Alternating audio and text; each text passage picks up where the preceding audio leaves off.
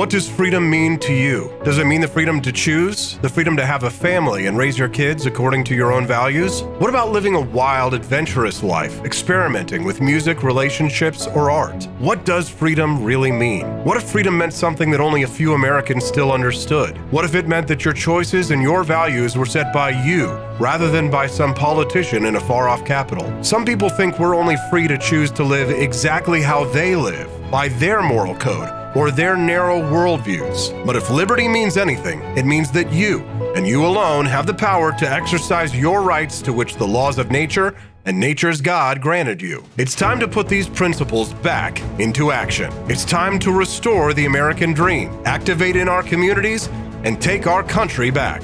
It's time to wake up, America.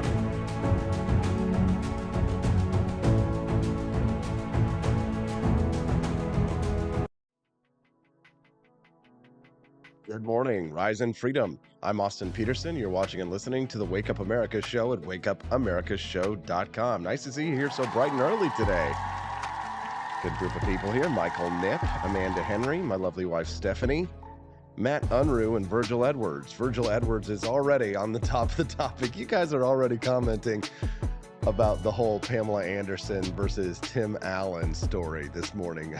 Guys, it's funny too, because the first comment I see this morning from Virgil says, I think the level of care people have for this ranges from meh to I don't give up. You know what? I think I disagree. And we'll talk about it at the top of the show. I'm going to give you a little bit of my just my insight on why I think it's a good story. At 7:18 this morning, I've got some juicy clips for you. Man, that Kevin McCarthy came out swinging against a reporter who was accusing him of pulling Democrats off of committees for partisan reasons, like Adam Schiff and Eric Swalwell and others. And oh my God, it is so good. It is so juicy.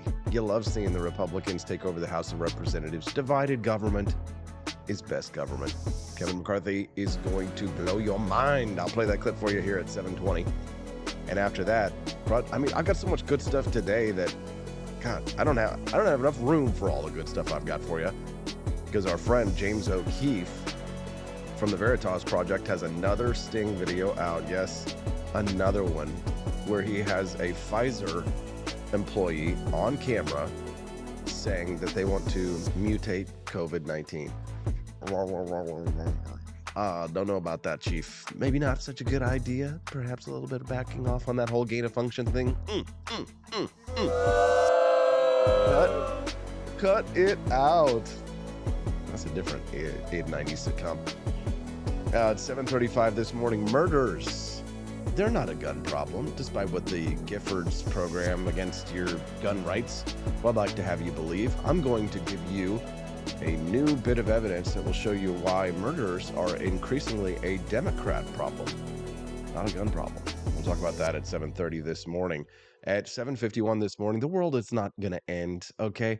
I know that it's common now to just love fear porn and to doom scroll, which, if you're looking up those terms, somebody explained to everybody what doom scrolling is, and to predict that things are just getting terrible and that this is the collapse, the end of Western civilization, et cetera, et cetera. But John Stossel did a really great video that we'll react to at 7:50 today, talking about why the world isn't ending, despite what the climate scientists would like to have us believe, the consensus of climate scientists on the left, and despite what this is the end of Western civilization, the immigrants are taking our jobs and the Jews are replacing us on the right. So we'll talk about that at 7:51 this morning. Should be great. At 8 a.m. today, we're going to talk. Did you see my interview with Judge Napolitano yesterday? I cut a clip from it. I'm going to replay part of the interview where the judge and I were having a debate about just war theory, which is a Catholic doctrine from St. Thomas Aquinas. And I was playing devil's advocate with the judge, talking about military strategy in regards to the use of nuclear weapons or carpet bombing and things like that. And when is it ever moral or legal or ethical to be able to defend yourself using the type of a weapon that might incur collateral damage? The judge and I had a really great debate on that, and I'll play that clip for you this morning at 8 o'clock if you missed it yesterday. Welcome to the program. We're glad to have you here today. Make sure you text the show if you got something you want to say to me. 573-319-1586. That's 573-319-1586. Lots of exciting things happening with the program. Also, I'll give you updates as the Wake Up America show grows. Got reached out to last night by another sponsor. Hopefully we'll get them onboarded soon. I mean, I'm just so excited about things that are going on. I know that you want to hear the news, but I'll just tell you later that got a debate coming up with Turning Point USA. Lots of new exciting things happening with the Wake Up America show. And then how could I forget to announce this? Oh, my God, we've got an awesome guest today, Jeremy from the Quartering. Now, for those of you who live online and pay attention to online drama, this escalating war of words between Jeremy from the Quartering and Eliza Blue, who is a human trafficking advocate, not an advocate for human trafficking, but an advocate against it. I know, please just pardon me. So anyways, Eliza Blue is being called into question, having her credentials as an advocate for survivors called into question by people like Jeremy from the Quartering and Brittany Vonti. Now, Jeremy from the Quartering, he's like me. He's a content creator online. He's got a huge following. He talks about news, politics, video games, and different things like that. And I quite admire him. As a matter of fact, when I was building the Wake Up America show, I was watching a lot of the Quartering and building my content sort of in a similar way to how Jeremy is. So, like, for example, when you see my setup here for the shop, I kind of was looking at his coffee brand coffee stuff. So he's kind of been an inspiration to me and someone that I look up to in terms of content creation. So Jeremy from the Quartering will be on the program today at 8:30 a.m. Central. You don't want to miss that. It's going to be a great program, and we'll definitely look forward to hearing his take on why he thinks that Jeremy, or why he thinks that Eliza Blue is perhaps not as credible in regards to her stance, in regards to her background on representing victims as she's led us to believe. We'll see. Jeremy will explain that to us at 8:30. So make sure that you come back if you have to miss it. If you have to miss some of the show, come back for that. All right. So let's talk about it at the top of the show here. So this is the story. Tim Allen is being accused by Pamela Anderson of flashing her in the 1990s. Yeah. So that's what we're looking at this morning in terms of the story. Home Improvement star Patricia Richardson, who played Tim Allen's wife on the set, she apparently responded to a resurfaced clip of Tim Allen flashing her on the set. Well, I've got that clip for you, so why don't we head on over to our Twitter weirdness? This is quite a weird clip anyway, and see what this clip is of Tim Allen flashing her on the set. Take a listen. You look real sexy. I do? Yeah. You got the legs for this. Yeah? Hangs long, I just wish it was shorter.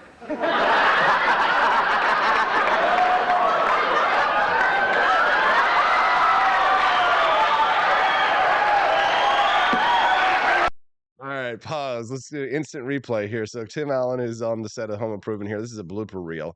He's got a kilt. He's wearing a kilt that on that program, and his wife comes in there and takes a look at it. What does he do? You got the legs for this. Yeah? Hangs long, I just wish it was shorter. And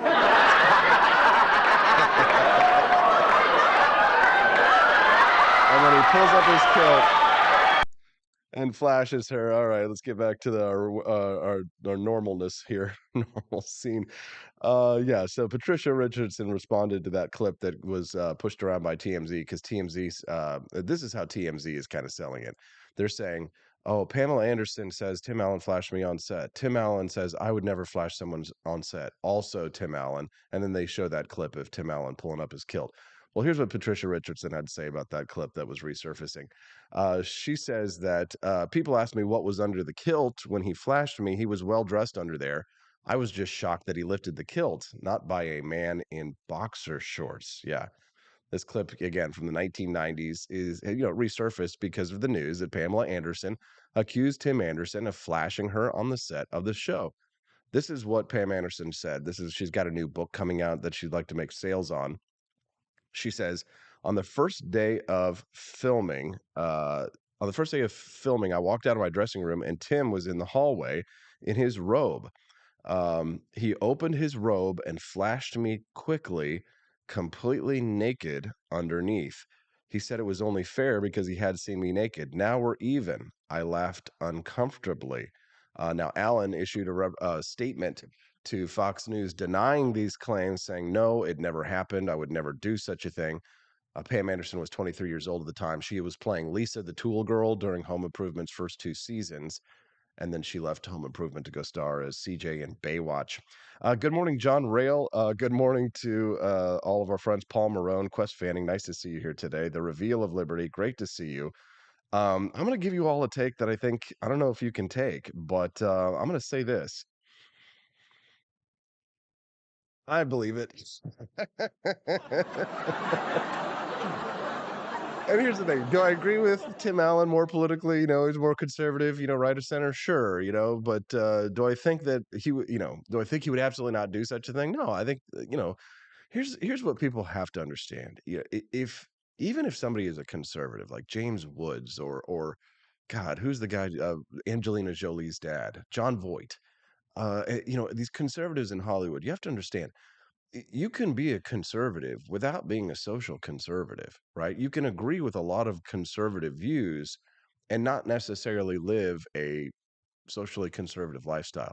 And here's what you have to understand. And, as somebody who's worked in television and worked in, I think, big professional movie, but I guess I've worked on maybe half a dozen professional movies in some way, shape, or another. Never anything really big except for one.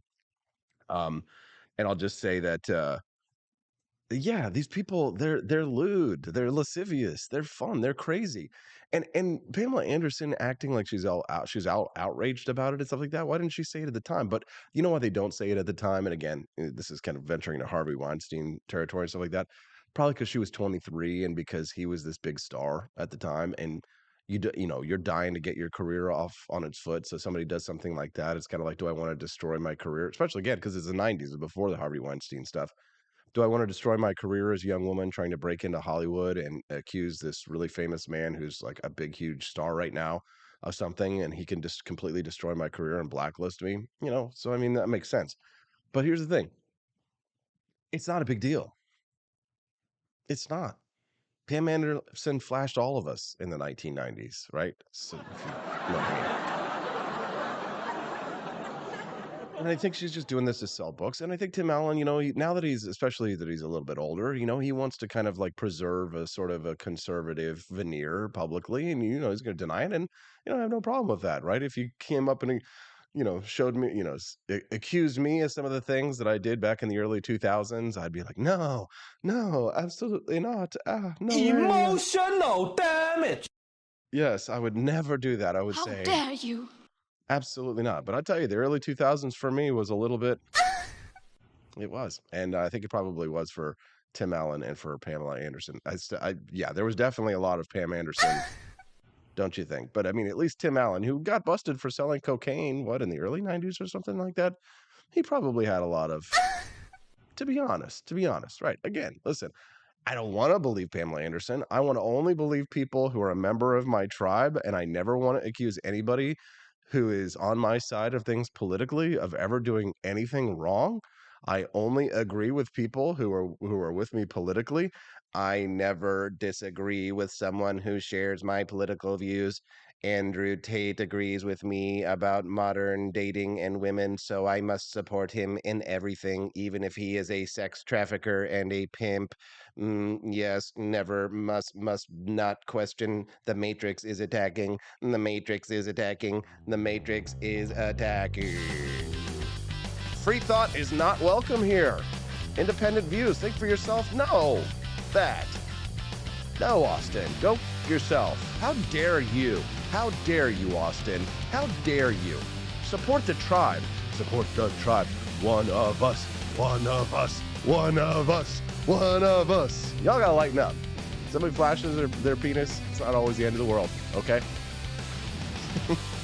When we get back, I've got an awesome clip for you. Not only do I have the Veritas Sting video of James O'Keefe blowing my mind with what he's able to get from a Pfizer employee, but Kevin McCarthy, Speaker of the House of Representatives, taking a reporter to task. It's almost Trumpish, except he's just much more erudite. I'll play that clip for you when we get back on the Wake Up America show at wakeupamerica.show.com. accusations.com.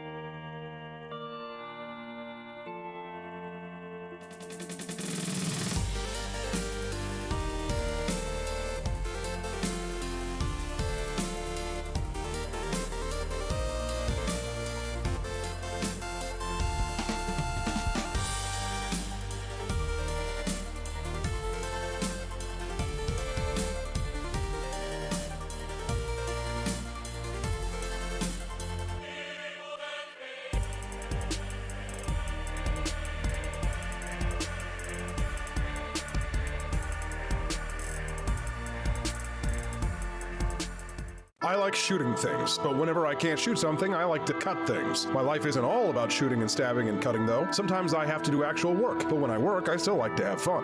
And there's nothing less fun than trying to cut with a crappy knife. Thankfully, from the ancient sect of Christian knights, who also loved cutting and stabbing, comes a new implement that has received my personal blessing, the Templar knife. Like the ancient sword of Excalibur, you don't choose a Templar knife, it chooses you. You just decide what kind you want on the website first, however, and then order it online, and then it chooses you. The Templar knife comes in a variety of shapes. As a man of culture and taste, I have decided I will never use a terrible knife again. And thanks to the inspiration provided by this excellent product, I have decided to launch a new crusade against anyone using less than superior knives. Join me, brothers and sisters, by visiting uppercuttactical.com/pages/Templar-knives. That's a lot of slashes. For that, you'll need a Templar knife. For 10% off, use code AP4Liberty and join me in a quest for glory, for liberty, for Christendom, for the Templar knife. Get yours today. Fire.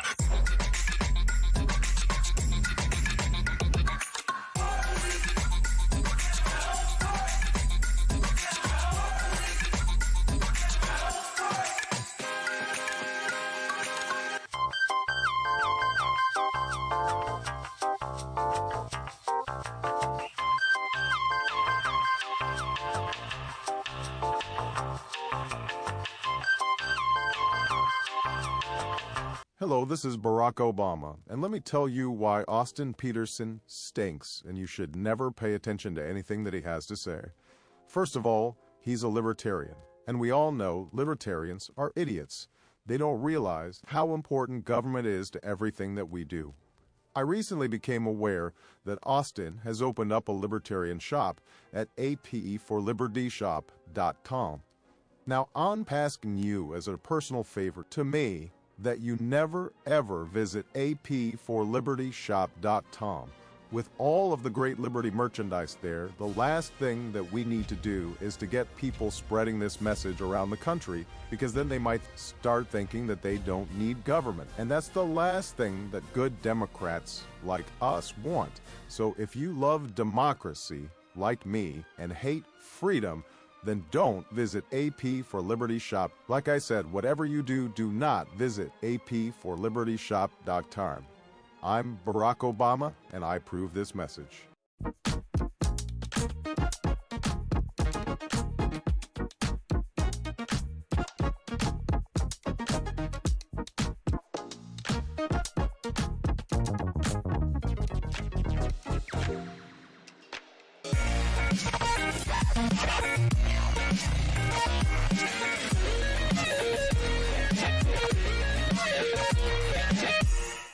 When I was in foster care, I never knew when I would have to move, so I always had my suitcase ready to go.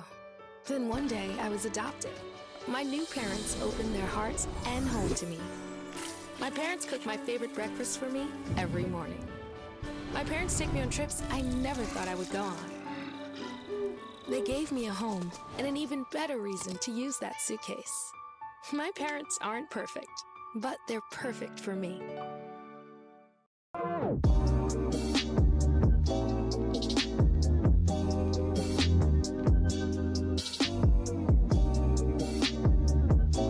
would remind you that extremism in the defense of liberty is no vice.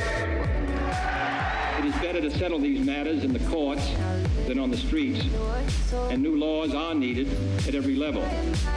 But law alone cannot make men see right.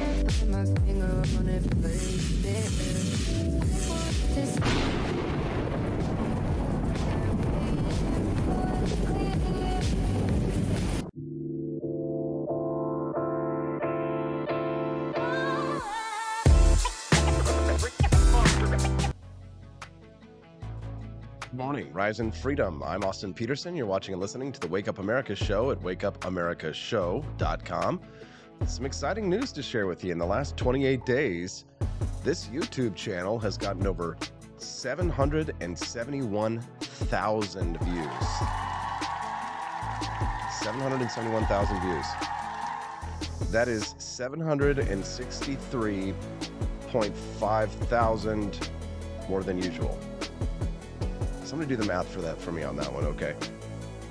Last 28 days, this YouTube channel's gotten 771,000 views, and that's 763,000 more than usual. That means that, well, before we were just kind of like a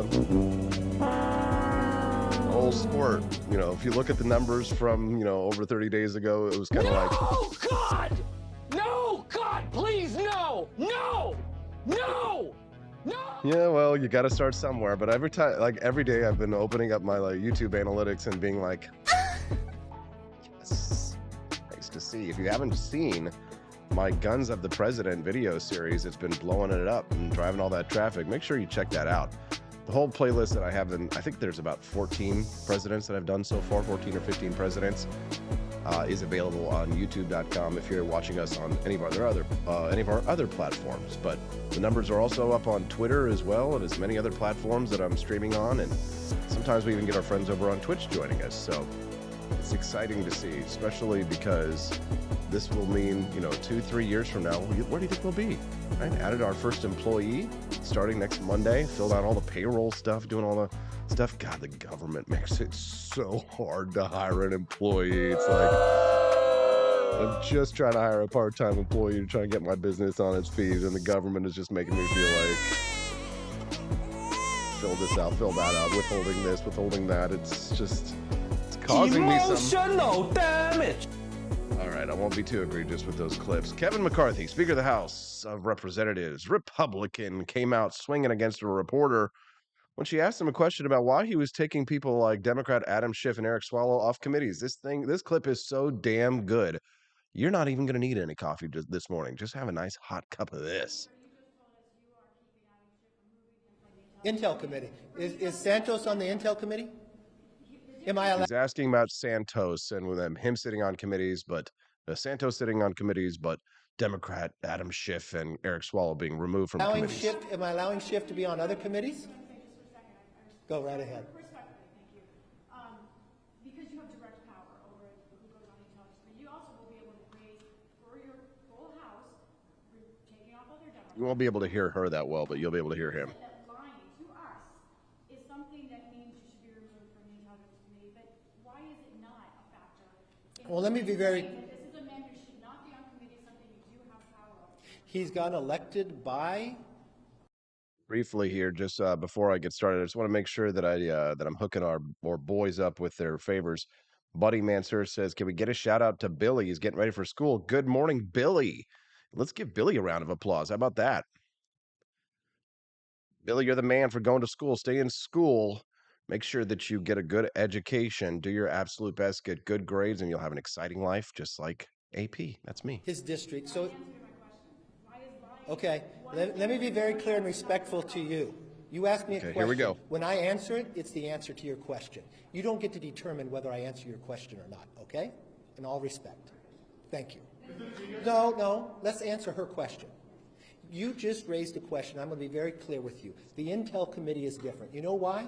Because what happens in the Intel Committee, you don't know. What happens in the Intel Committee, although the secrets are going on in the world, other members of Congress don't know. What did Adam Schiff do as the chairman of the Intel Committee? What Adam Schiff did, use his power as a chairman and lie to the American public. Even the Inspector General said it. When Devin Nunes put out a memo, he said it was false. When we had a laptop, he used it before an election to be politics and say that it was false and said it was the Russians. When he knew different, when he knew the Intel, if you talk to John Radcliffe, DNI, He came out ahead of time and says there's no intel to prove that, and he used his position as chairman, knowing he has information the rest of America does not, and lied to the American public. When a whistleblower came forward, he said he did not know the individual, even though his staff had met with him and set it up. So no, he does not have a right to sit on that. But I will not be like Democrats and play politics with these, where they removed Republicans from committees and all committees.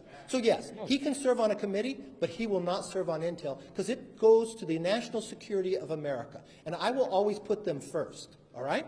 And if you want to talk about Swalwell, let's talk about Swalwell. Because you have not had the briefing that I had. I had the briefing and Nancy Pelosi had the briefing from the FBI. The FBI never came before this Congress to tell the leadership of this Congress that Eric Swalwell had a problem with a Chinese spy until he served on intel. So it wasn't just us who were concerned about it. The FBI was concerned about putting a member of Congress on the Intel Committee that has the rights to see things that others don't because of his knowledge and relationship with a Chinese spy. They brought it to the works of the leaders.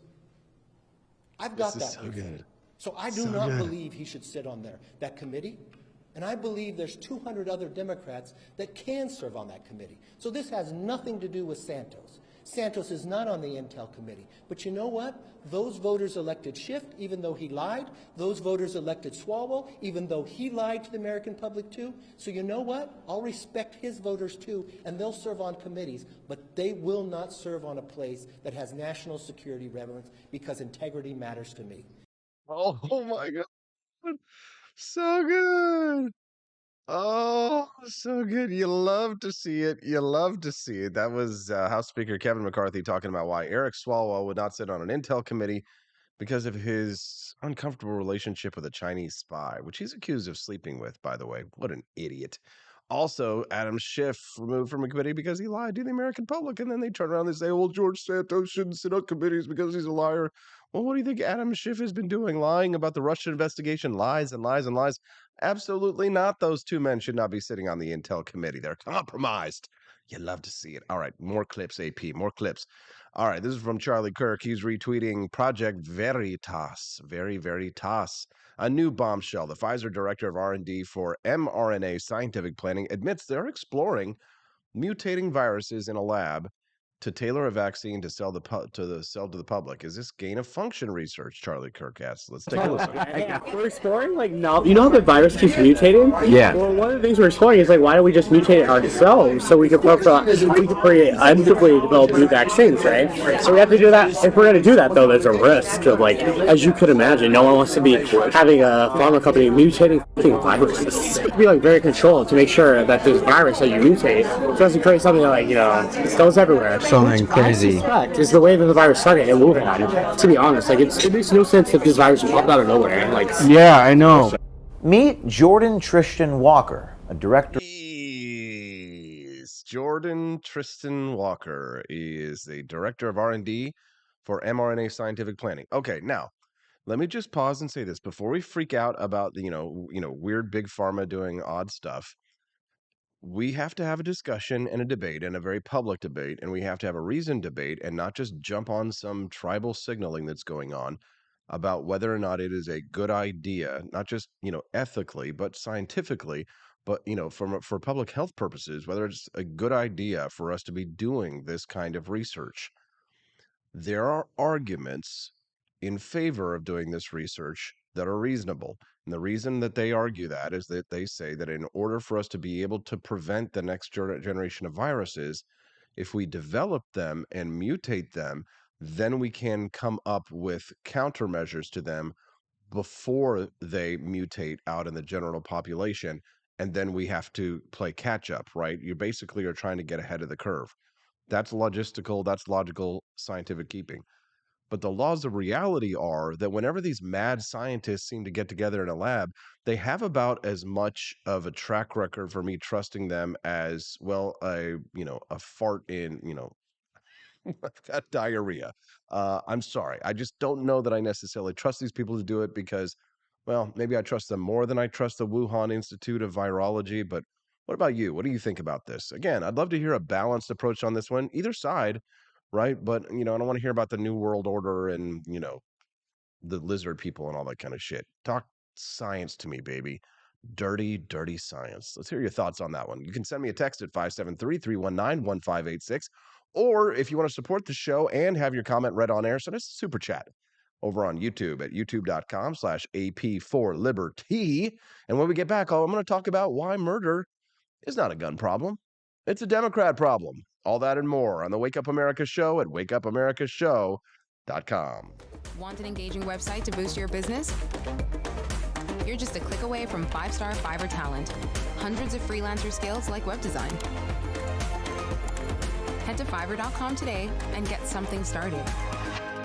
American conservatism is distinct, like America is distinct from the United Kingdom. American conservatism's roots comes out of the Wild West, out of pioneerism. The difference between American conservatives and European conservatives is that Americans are cowboys. We are that God, guns, gold, and girls. It's wild here, and we should stay that way. We shouldn't allow a European version of conservatism to come and infect us here. We like it wide open spaces here, deep in the heart of Texas and all that.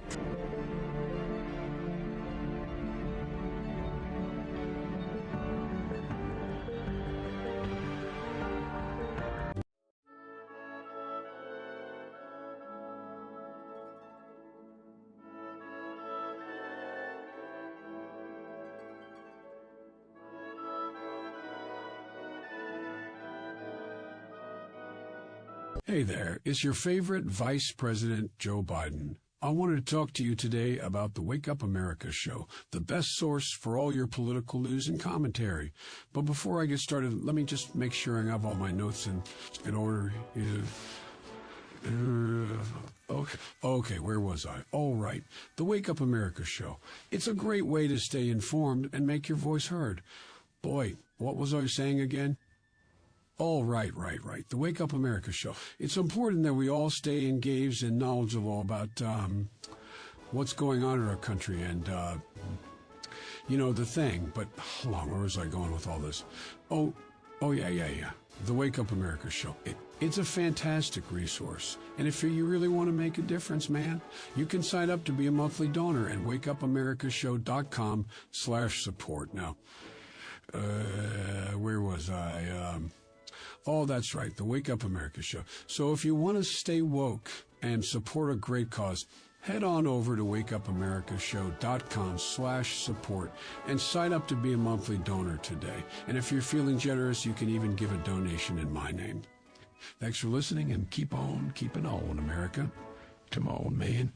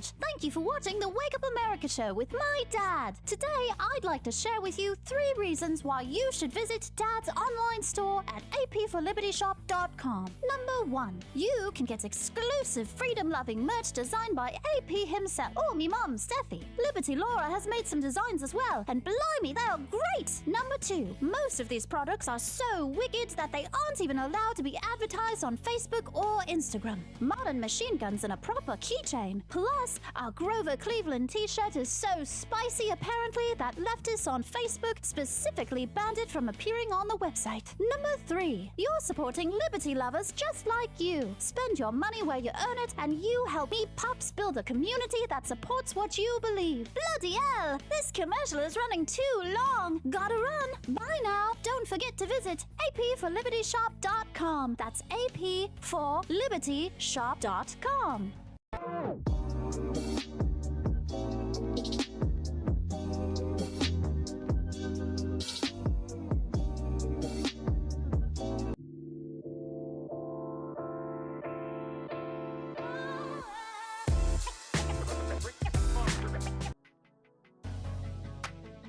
Good morning, Rise in Freedom. I'm Austin Peterson. You're watching and listening to the Wake Up America Show at wakeupAmericaShow.com. Excited to see you here today. We've got a lot of great show content for you today and an awesome guest. Jeremy from the Quartering is going to be joining us today at 8:30 a.m. He's going to talk to us about accusations that are being made against Eliza Blue. She's an advocate against human trafficking, and she's pretty close to Elon Musk. Apparently, she had the Quartering and Brittany Vonti's Twitter accounts suspended after they posted a photo that was simply a screen capture from a publicly available YouTube video. Well, that video has now been taken down off of YouTube, but it's still up on sites like World Star Hip Hop and others. Jeremy will give you a little bit more of a detailed explanation background on this and why Eliza Blue's credentials are being called into question. There's still lots of information about this story that we don't know, and I'm not accusing anyone of anything in this. I'm just going to try and find out the facts for you today on that story, because it does deal with free speech. Because if people who claim to be advocates, or who are advocates because they claim to be victims, if those people are determined to be frauds, then we have a right to know that, especially if they're clamping down on the free speech of others. What do you think about that? I'd love to hear your thoughts on this story. And you can send us a text at 573-319-1586. That's 573-319-1586. You can also send us a super chat over on YouTube at youtube.com/AP4Liberty. Don't you like how that just rolls off the tongue? Speak the speech, I pray you, trippingly on the tongue. But if you mouth it as your poor players do, I'd as lief the town crier spoke my lines. Oh yes, we're all Shakespeare fans here today, aren't we? Now, y'all remember Gabby Giffords got her head shot, lived, decided to come after Americans' rights? Gabby Giffords, yeah, she was, or at least her organization was tweeting about how the problem of violence in the United States is too much access to guns. Yes, too much access to guns. Yeah, I don't think so. Well, it's always amazing whenever somebody uses a tragedy to then turn around and try and create a second tragedy, which is to stomp all over our rights. That's why I think it's important for us, while we can be sympathetic to people who were victims of a tragedy, or who have lost, parents who have lost children in Newtown, or the Parkland shooting in Florida. While we should absolutely be sympathetic to those people, we absolutely cannot be sympathetic to their attempt to take away our rights. We have to fight to keep our rights, no matter what the tragedy is, because then you commit two crimes. You've had two crimes. One is a crime against innocent people that is a taking of their life, and the other is a crime against innocent people who have committed no crimes at all to have their rights taken away from them. What do you think of that? Oh, I'm glad you agree. And a new story over at foxnews.com that's based on a research study from the Crime Prevention Research Study shows to me that when you look at the numbers and when you look at the geography and you look at the maps, that murder is not a gun problem in the United States. It's a Democrat problem. And I'm not just being a partisan hack here. Let me explain. Murders in the United States are increasingly concentrated in densely populated urban centers in just a handful of counties, according to a newly released report. 73% of murders in the United States took place in just 5% of counties, while 52% of all counties reported no murders at all. Wild. Murders in the United States occur in very small areas, and that concentration has increased since 2014. The concentration in 2020 is now greater than in 2010. This report comes as a violent crime wave that ballooned in 2020 is still raging in some parts of the country. Murder isn't a nationwide problem. It's a problem in a small set of urban areas, and even in those counties, murders are concentrated in small areas inside them. So any solution that's going to be advanced to reduce the number of murders is going to have to be a solution in those counties. Murders have spiked in 2020 since the COVID-19 lockdowns upended our daily life, and the protests and the riots that have swept the nation after the killing of George Floyd during an interaction with Minneapolis police. Murders have increased by nearly 30% in 2020 compared to the prior year, making it the largest single-year increase in killings since the FBI began tracking this data. Now, the center, the Crime Prevention Research Institution, is led by John Lott. He divided the counties into 3 different groups based on the amount of murders that were recorded.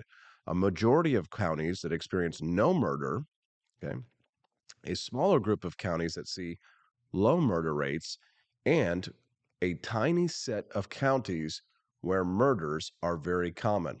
What do you think is in common with the counties where the majority of those murders are happening? Yes, you guessed it, Democrat run. Yes, it's not a gun problem. It's a Democrat problem. Good morning to our friends over on the live stream this morning. Nice to see you all here today. Melissa D'Alessandro, representative of the Republic. By the way, guys, if you haven't done it yet, please do me a favor. Make sure that you like that stream. If there's 34 people over there, I'd love to see 34 likes at least on the stream to help get it out there. Yes, we'd love to see it. If you don't like the stream, why you want to make baby Jesus cry? So the 52% of counties with no reported murders covered 10% of the population. Okay, so put that in your pipe there. Think about it for a second. So the 52% of counties with no murders cover 10% of the population, which you might say, oh, only 10% of the population, that's small. That's actually not small. That's not an insignificant number, right? 10% of the entire population of the United States. If we have 333 million or whatever it is, 370 million, whatever, I don't know what we're pushing up towards. 10% of 333 million is what? 33 million, if I'm wrong, please correct me on that. 3 million, not sure.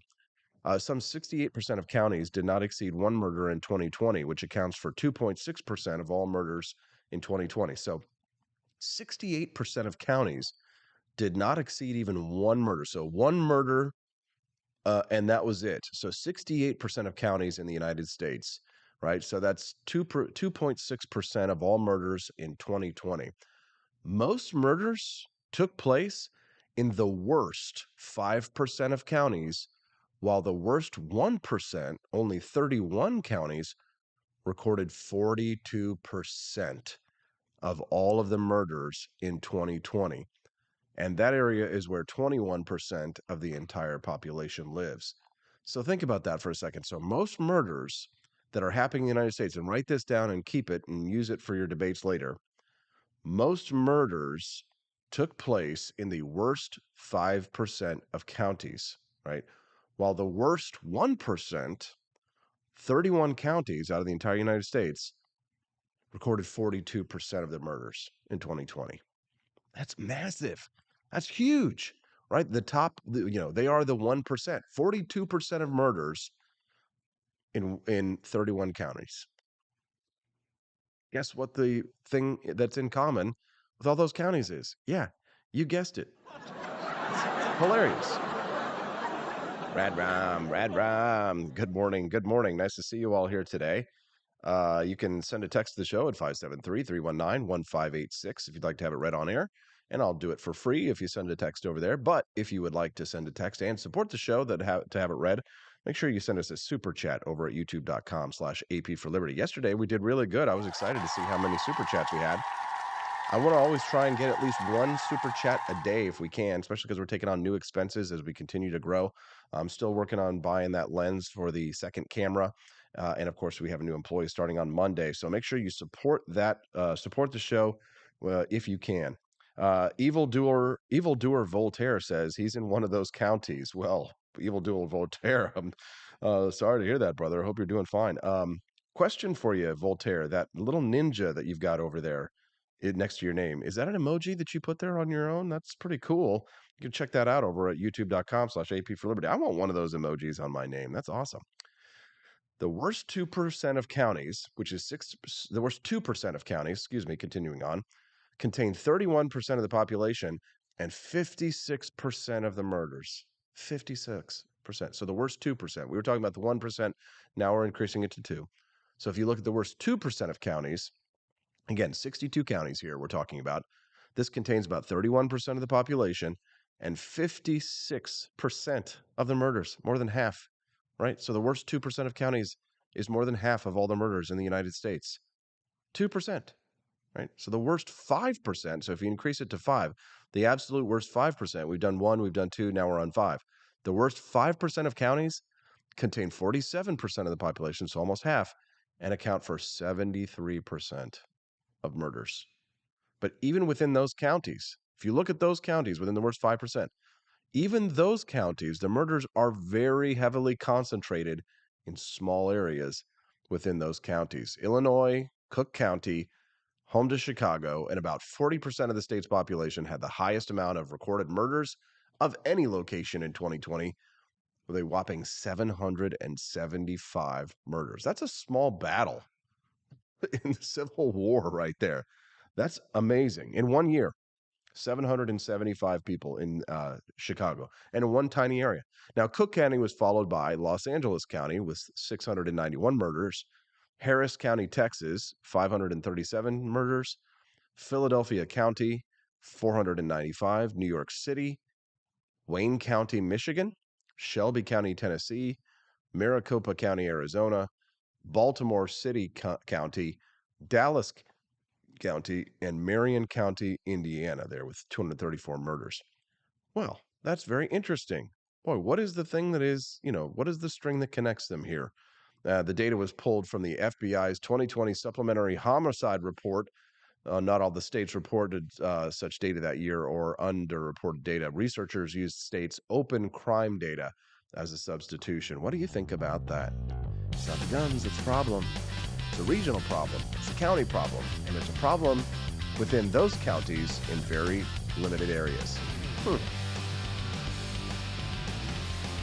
Infer and imply, Austin. Infer and imply. J'accuse. I accuse. It's French. She's French, All right. John Stossel says the world isn't ending, and I agree with him. We'll play his video for you, and we'll talk about it when we get back on the Wake Up America Show at wakeupAmericaShow.com. Good morning to the Cantina crew. This is Elon Musk, the CEO of Twitter. And I just want to say thank you for watching the Wake Up America Show. I've decided that Austin Peterson will be the new CEO of Twitter.com, effective immediately. First thing to do, though, is I've got to go and blast off into space.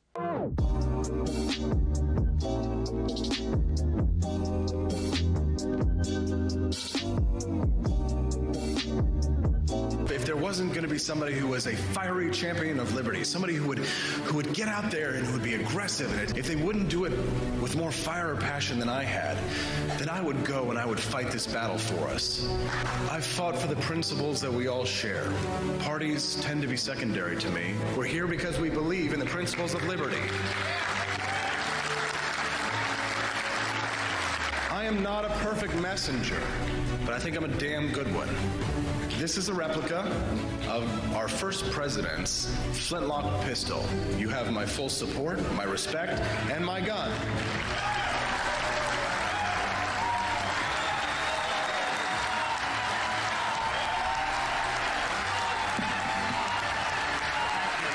I think that at the heart of my philosophy is much more libertarianism than well, that's the fashionable word these days, I guess. A conservative is no longer just that. He's a libertarian and always has been.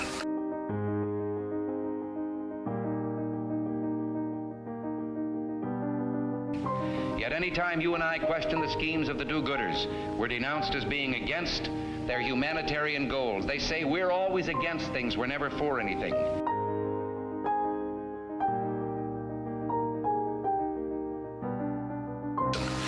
What is fascism? Fascism is private ownership, private enterprise, but total government control and regulation.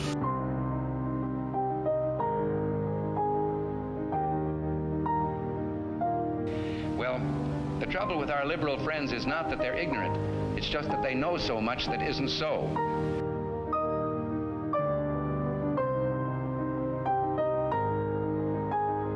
If we lose freedom here, there's no place to escape to. This is the last stand on earth.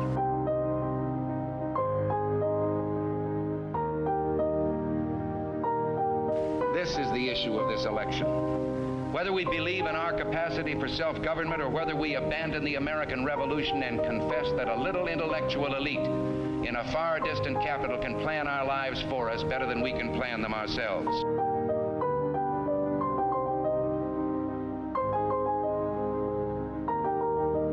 The conservative, so-called, is the one that says less government, get off my back, get out of my pocket, and let me have more control of my own destiny.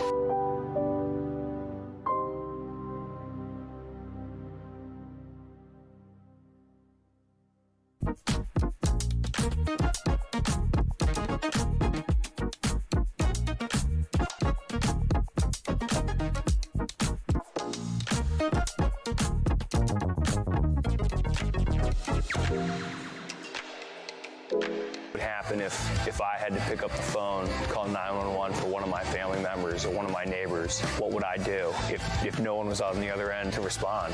What if there was no 911? So you can be a part of the solution. Anybody can be a firefighter. Male, female, younger, older. We have school teachers. We have leaders in business. Is me, you, anyone that wants to be. There is no typical firefighter. Do you hate the deep state? Do you reject the Antichrist in all his ways? Do you believe that aliens controlled LBJ to assassinate John F. Kennedy? Did you know that the shot can put chemicals in you that will make you more sensitive to 5G? Do you love America? Do you want more freedom? Do you like smoking hot red-headed libertarians? Then the AP for Liberty shop is for you! Check out all the awesome new merch and have a happy new year! Fight the deep state, reject the Antichrist! Visit AP for Liberty shop and get your patriotic merchandise now, or the deep state wins!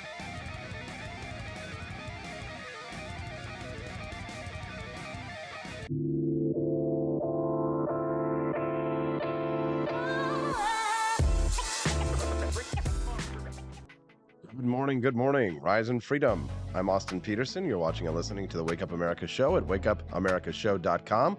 Nice to see all our friends over here today. It always gives me such a surprise when I see so many generous individuals, people like Corey Kleiber. He sent us a super chat this morning. Let's give Corey a round of applause. We always want to get at least one super chat in the show. We did it. We hit our goal. Yeah, maybe next week I'll start doing, okay, we got to do 2 super chats per show. We'll have a goal. And then we'll just build and build and build. How awesome would it be to have a libertarian Daily Wire? Right? Imagine this. What if I could hire more people and give people their own shows? Give the judge his own show before me, and then he does a handoff to me. And then what if we build it out with more libertarians and give them their own shows as we go throughout the day? And then we have late night liberty shows and all kinds of fun stuff.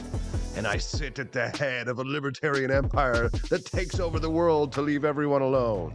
Yes. I know. You're like, it takes over the world to leave everyone alone.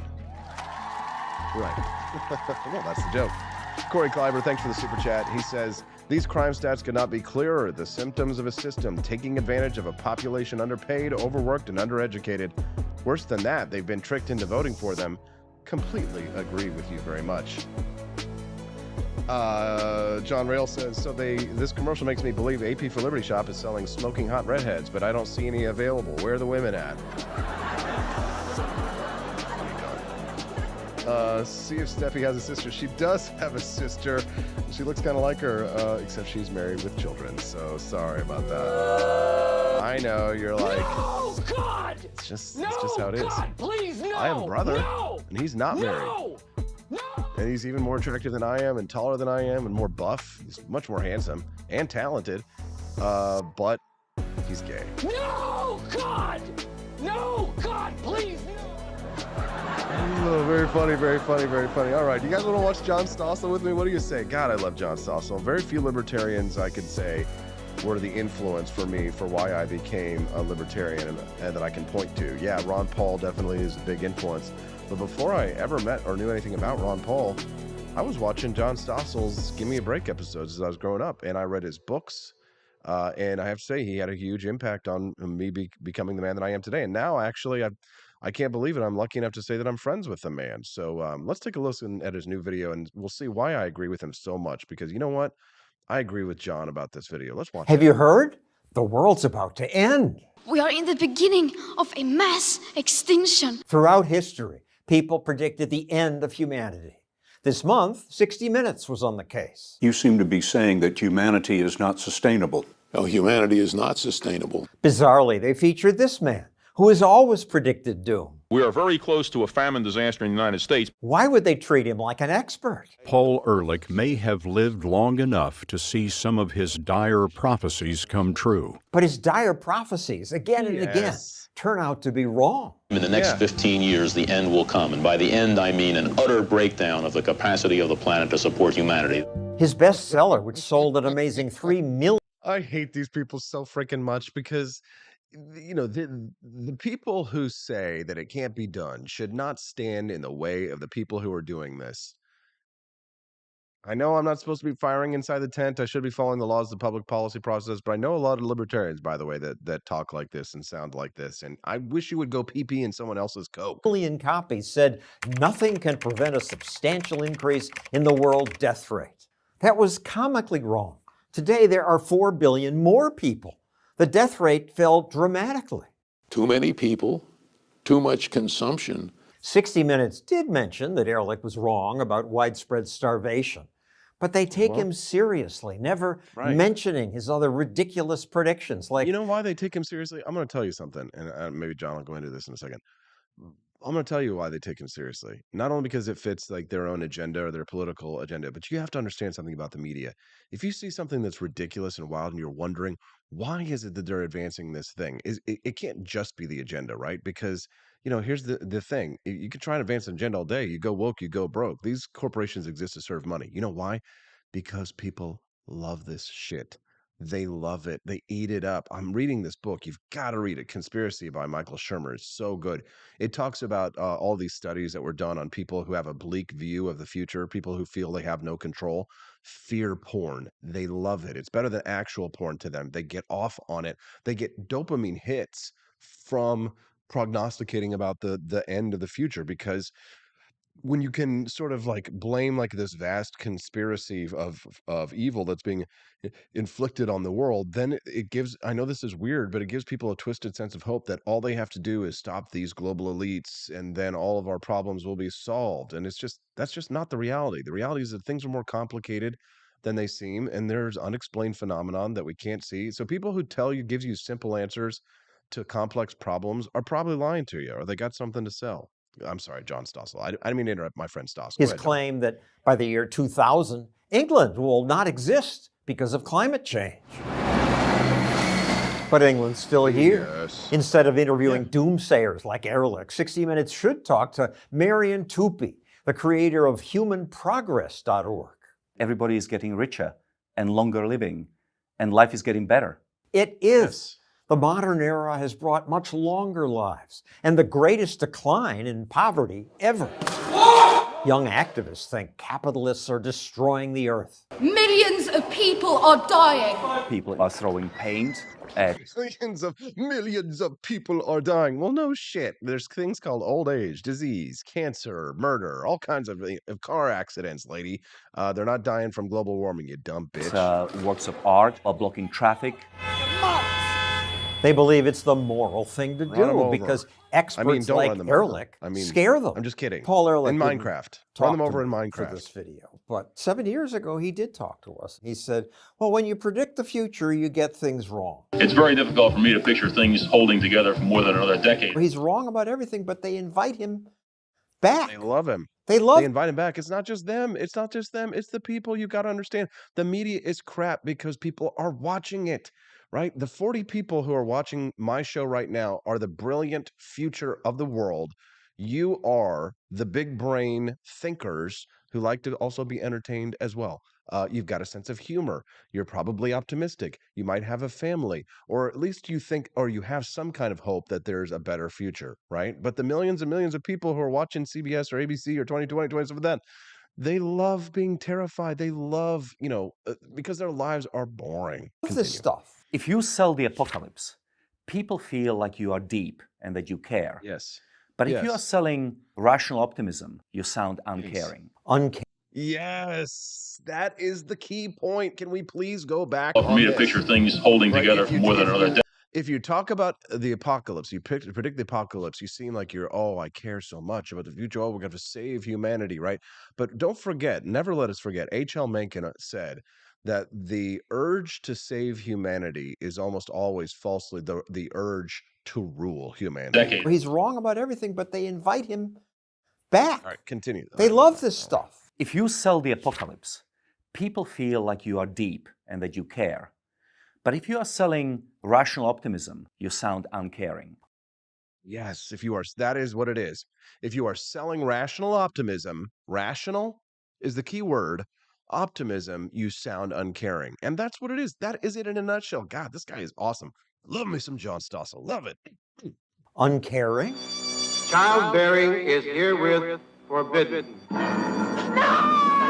It's the doomsayers who are uncaring. You have to get the death rate and birth rate in balance, and there's only two ways to do it. One is to bring the birth rate down, the other is to push the death rate up. Ehrlich even suggested that government should sterilize people to prevent the population. Oh my God. Oh my God. Oh my God. That the government should sterilize people. Well, the government did sterilize people for a short time. I don't want to get into that, but it was something that happened. Good morning, Jacob Champion, by the way. Nice to see you, buddy. You've got a future. You've got a family. Jacob has really been, for me, one of my great pleasures to see you thriving and doing so well, Jacob. And it's nice to see you back hanging out, Jacob. I'd love to see you again sometime in person in the future. Jacob and I had some fun adventures, I think, in Kentucky once. We did didn't we drive to Kentucky or something from DC? I can't remember. It's been a long time, brother. Paul Ehrlich always sees human beings as a problem, destroyers, rather than creators. He thinks that human beings are no different to rats or rabbits. When we consume all the grass around us, our population explodes, and then it's going to collapse. But human beings are fundamentally different. We have the capacity to innovate. Marian Tupy is the anti-Ehrlich. His new book, Superabundance, shows more people are good for humanity and the environment. It's counterintuitive to think that more people can be good for the environment because the people will buy cars and they need housing. We use stuff. We use stuff, but we also grow stuff. What matters is new knowledge. Think about something as simple as sand. When we started melting down sand to create glass, we used the first glass for glass beads or jars. But now we are using glass in fiber optic cables and microchips. Similar innovation in farming, transportation, genetic engineering is why our growing population won't destroy nature. But we're told... God, can you imagine playing this at like a climate conference or something like that? Is why this, greater population won't destroy nature. I mean, that would just be like screaming. Yeah, and then Greta Thunberg, it would be all like, right? I love it though. I love it. This is just like, for me, it's just some things I can't say before I get we're destroying forests. Looks like a disease across the planet. Boom, there goes the forest. Nonsense. Forests have grown by 35% in North America and Western Europe in the last 20 years. Forests have grown by 35% in North America and Western Europe. Yeah, really? Oh, don't you just love this stuff? Grown because people found ways to produce more food on less land. And prosperous countries can afford to protect nature. But the idea that human innovation is helping nature isn't as popular as doomsayers' claims. This universe is finite, its resources finite. If life is left unchecked, life will cease to exist. When Ehrlich's book became popular, Thanos, a comic book character, was introduced. By killing 50% of all living things in the universe, he will allow the other half to live on. In the year 2022, nothing runs anymore. That same year, we also got the Green. movie Soylent Green. The population of the United States has run out of food, and so every time a human being dies, he or she is converted into a biscuit called Soylent Green. Step right up. Soylent Green. Soylent Green right here. That's then fed to people. You gotta tell them Soylent Green is people! Now we're past 2022, and we're still not That's a eating great each movie, by the other. way. Nevertheless, ignorant doomsayers still want us to panic. I want you to feel the fear I feel every day. Many young Oh my God, I hate that chick. Oh. people have been so misled. They're Look at this. 4 in 10 young people fear having children due to climate crisis. I mean, like, I don't want to say don't reproduce, but I mean, if you have that kind of fear, maybe it's a little better off. afraid to have kids.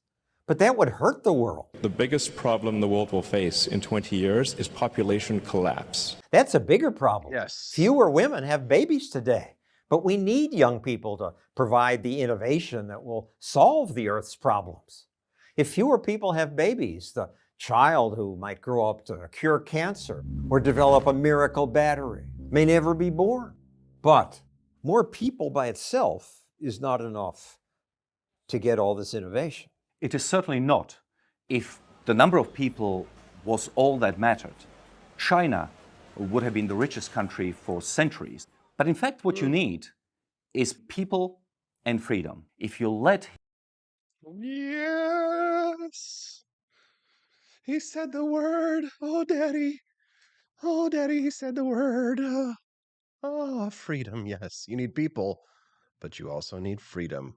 Human God, I beings love it. be free, they are going to create more value for everyone. Where we're going, we don't need roads.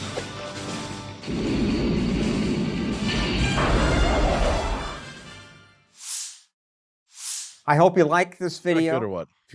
We liked it, John Stoss. I'm going to give you a like over there on YouTube. Click like on that stream as well to help support the Stoss. We love to see it. Good God, it's amazing. Are you excited for Jeremy from the Quartering to join us at 8:30 this morning? It's going to be so good. Oh, girl, it's going to be so good. All right, I'll get you all set up for that interview when we get back on the Wake Up America show at Wake Up America Show. Don't you dare leave 40 people. I want to see 40 people there when I get back. Just a couple minutes away. Be patient. On the Wake Up America show at wakeupAmericaShow.com. You already said that, AP. Good morning to the Cantina and I approve this message. Believe Musk, me, the Austin CEO Peterson is Twitter. the best. I He's just wanna got the say greatest thank you Wake Up for watching America the- show I've ever seen. Whenever I tune in the mornings and watch the live stream, let me tell you, he has got the absolute best content. I love his guests. It's just a total blast to watch, and I highly endorse and recommend the Wake Up America show. It's terrific, believe me. Hello, my name is Kelvin. Welcome to Frenchie Bush. This is my Didi's website. Now I've decided to speak to you with my real voice for the first time ever to tell you about how cool Frenchie Bush is. But I've decided that this is the perfect opportunity to share with you. Frenchie Bush is a good website. You should follow us on socials. If you like Frenchies or any kind of bulldogs, me and my new brother George are going to try to make your life more fun. Hello, I'm George. My neck isn't really thick yet, but it will be. We are so glad you're here. Please ignore my floating eyeball. It helps me spot predators who might be approaching from the sides. Didi made Frenchie bullshit to review things that he uses on me and my brother to tell you if it's good or bullshit. Take this collar, for example. Didi really likes it. Didi said it's really handy because us Frenchies got thick necks. Need something really tough. People think Frenchies are little, but if you look at us from below, you can see we are really pretty buff. Beefcake, yes. Look at my creamy thighs and chest. Yes, you like that? Big brother, please focus. Frenchie Bush. Please follow us for more great content and read the Frenchie Bush blog for more fun and cool stuff.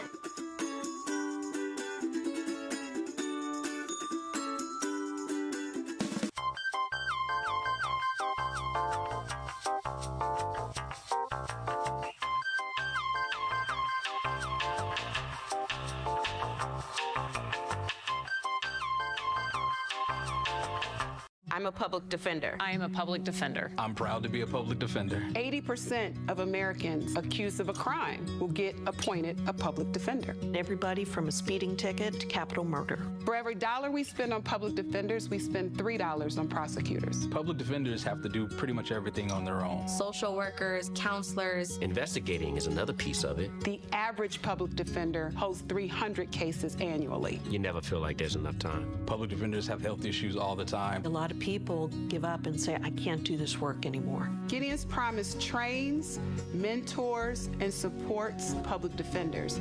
There are a lot of people who say that they would not still be public defenders, but for Gideon's Promise. It's fueled me to continue on in this fight. Gideon's Promise has changed the face of public defense. People see us as troublemakers. Good trouble only. We don't make it easy. It should not be easy to take away someone's liberty.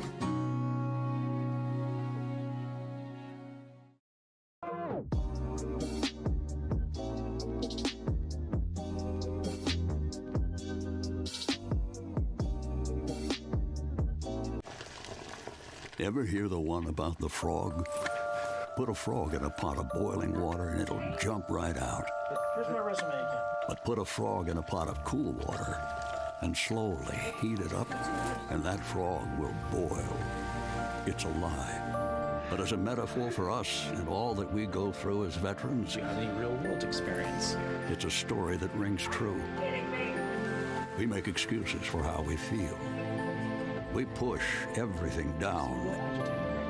We tell ourselves the lie that it's easier to stay in that boiling water, to disconnect. And some days, maybe it is. But you've never been interested in easy. Make no mistake, reaching out is hard. Do it anyway. You're not alone. You've got this. You are not a frog. Find resources at va.gov/reach.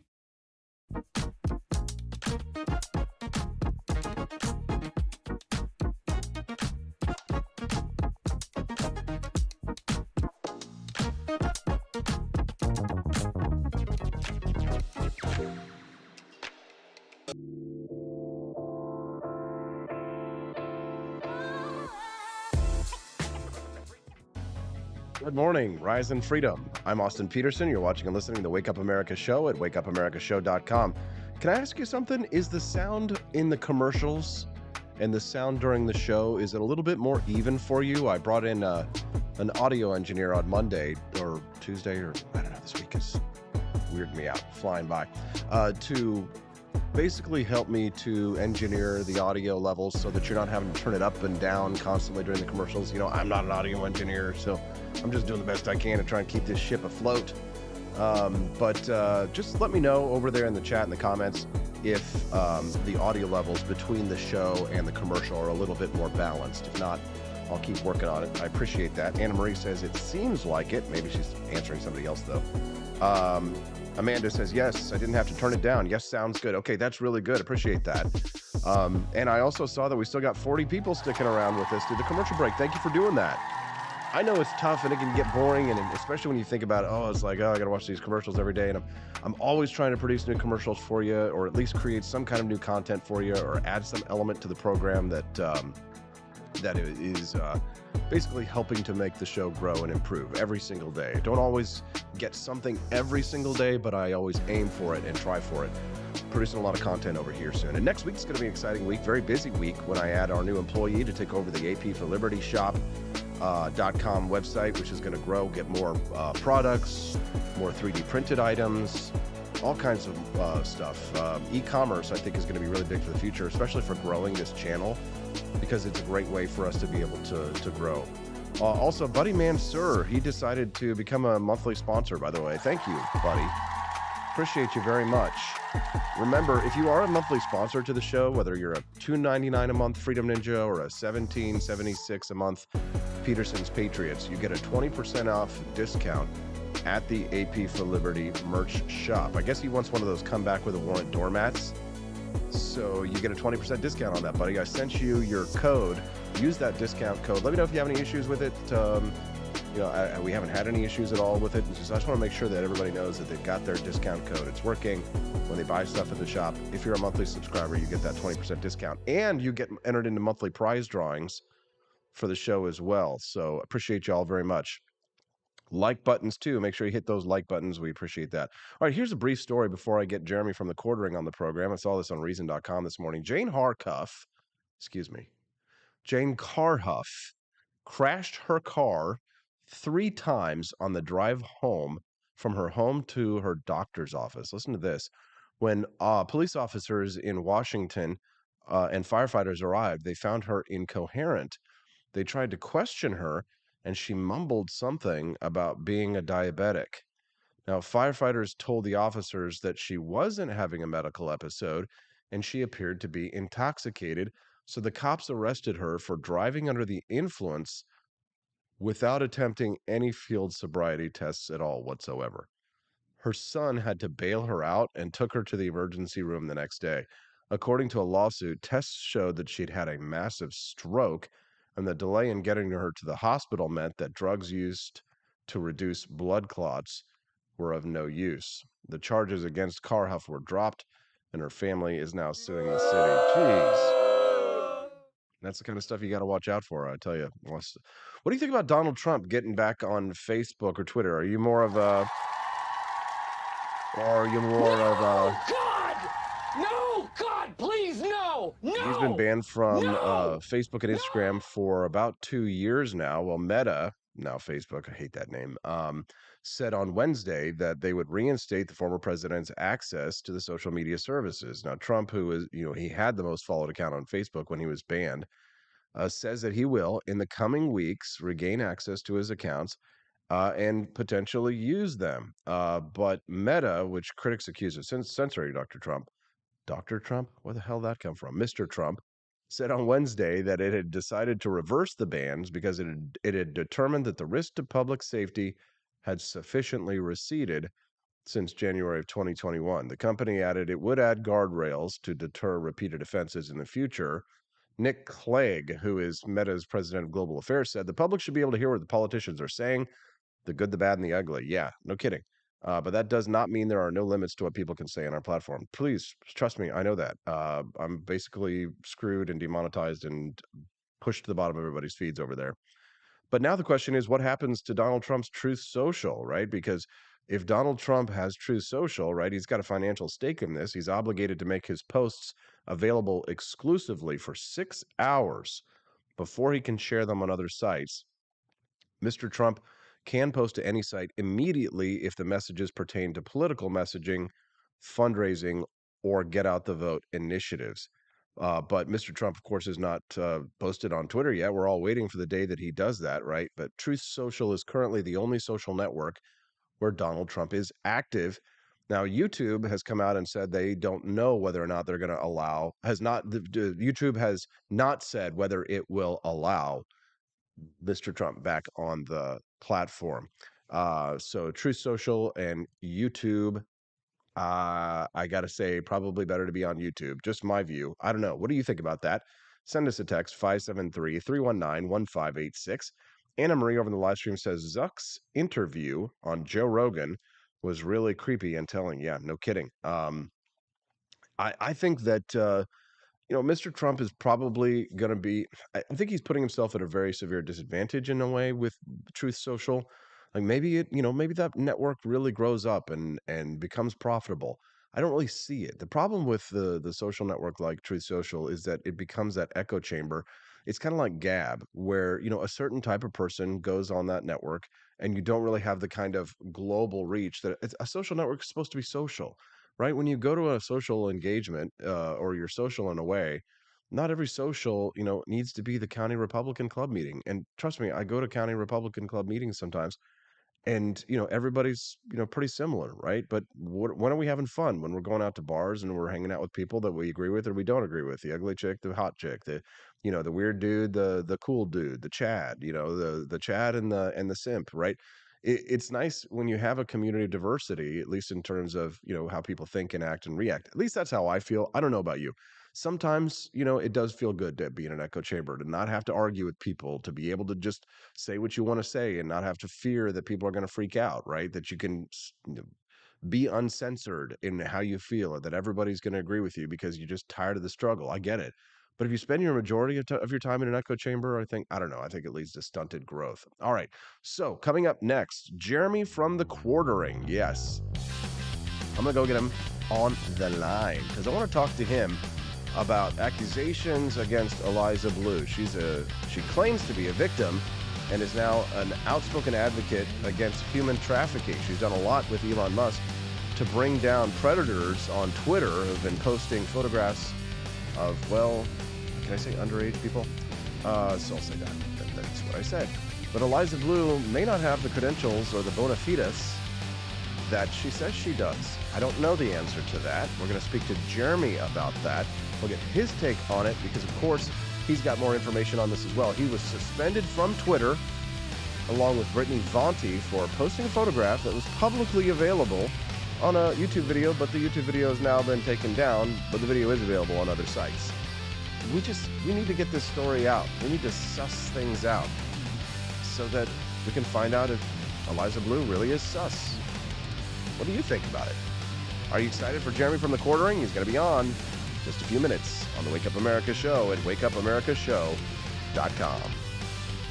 Want an engaging website to boost your business? You're just a click away from 5-star Fiverr talent. Hundreds of freelancer skills like web design. Head to Fiverr.com today and get something started.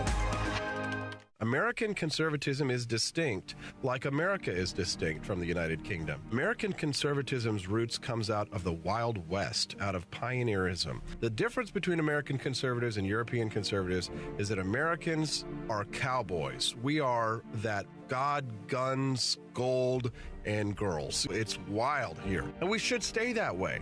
We shouldn't allow a European version of conservatism to come and infect us here. We like it wide open spaces here, deep in the heart of Texas and all that.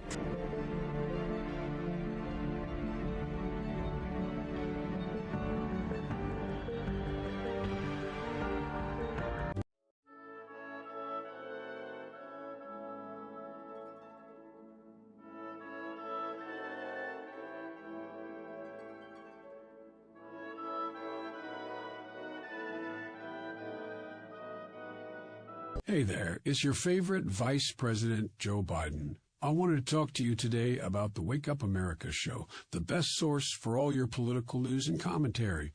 But before I get started, let me just make sure I have all my notes in order. Okay, where was I? All right, the Wake Up America show. It's a great way to stay informed and make your voice heard. Boy, what was I saying again? Oh, right. The Wake Up America show. It's important that we all stay engaged and knowledgeable about what's going on in our country and, the thing. But hold on, where was I going with all this? Oh, yeah. The Wake Up America show. It's a fantastic resource. And if you really want to make a difference, man, you can sign up to be a monthly donor at wakeupAmericaShow.com/support. Now, where was I? Oh, that's right, the Wake Up America show. So if you want to stay woke and support a great cause, head on over to wakeupAmericaShow.com/support and sign up to be a monthly donor today. And if you're feeling generous, you can even give a donation in my name. Thanks for listening, and keep on keeping on, America. Come on, man.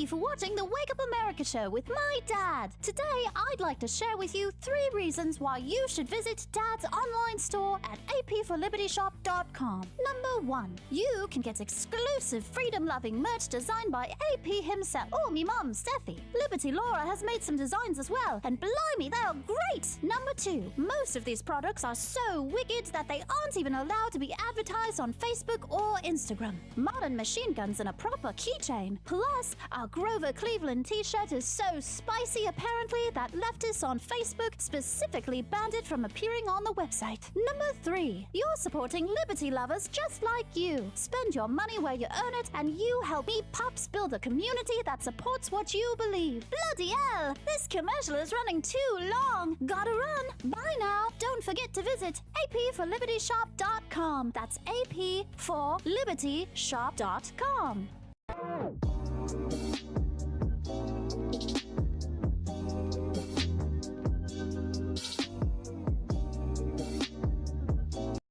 Good morning to the Cantina crew. This is Elon Musk, the CEO of Twitter. And I just want to say thank you for watching the Wake Up America show. I've decided that Austin Peterson will be the new CEO of Twitter.com, effective immediately. First thing to do, though, is I've got to go and blast off into space.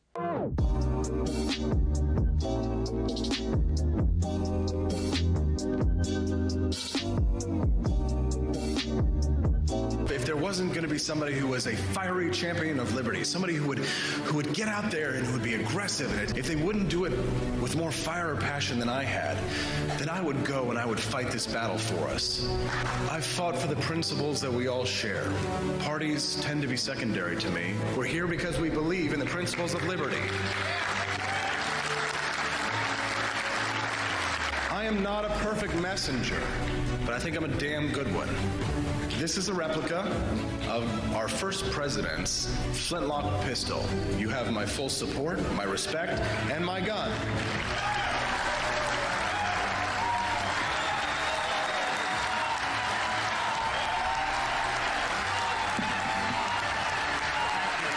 I think that at the heart of my philosophy is much more libertarianism than well, that's the fashionable word these days, I guess. A conservative is no longer just that. He's a libertarian, and always has been.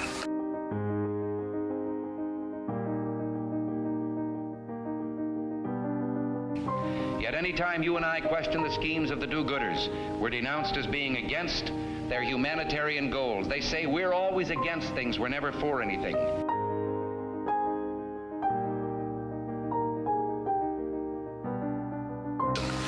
What is fascism? Fascism is private ownership, private enterprise, but total government control and regulation.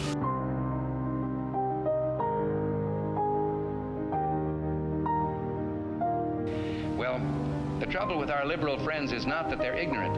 It's just that they know so much that isn't so.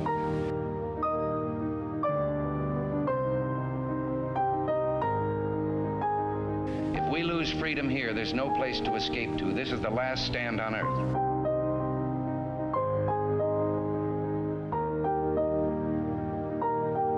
This is the issue of this election. Whether we believe in our capacity for self-government or whether we abandon the American Revolution and confess that a little intellectual elite in a far distant capital can plan our lives for us better than we can plan them ourselves.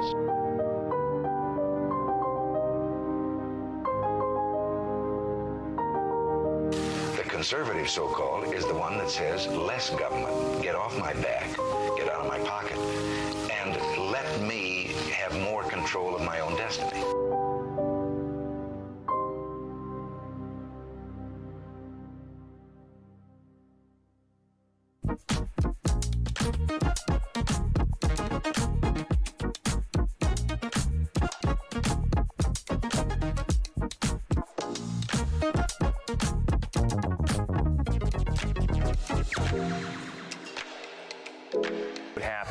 If I had to pick up the phone, call 911 for one of my family members or one of my neighbors, what would I do if no one was on the other end to respond?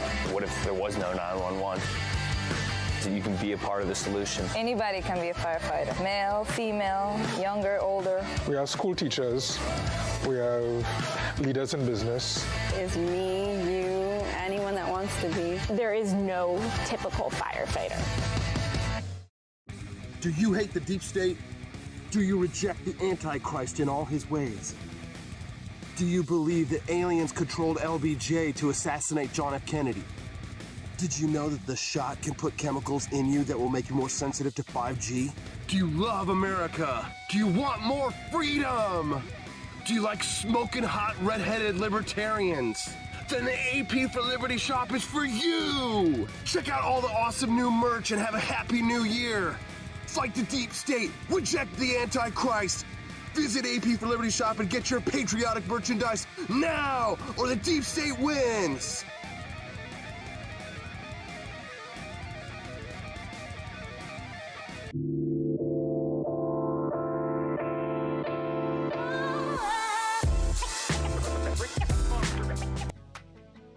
Good morning, everybody. Looks like our friend Jeremy from the Quartering is running a little bit late. Sorry about that. What can we do? But he'll be here, don't you worry. In the meantime, I'm going to play an interview that we did yesterday with Judge Andrew Napolitano while you wait, so you have some entertainment. So enjoy this discussion between me and Judge Knapp about the use of nuclear bombs in war while we wait for Jeremy to arrive. All right, we'll be right back.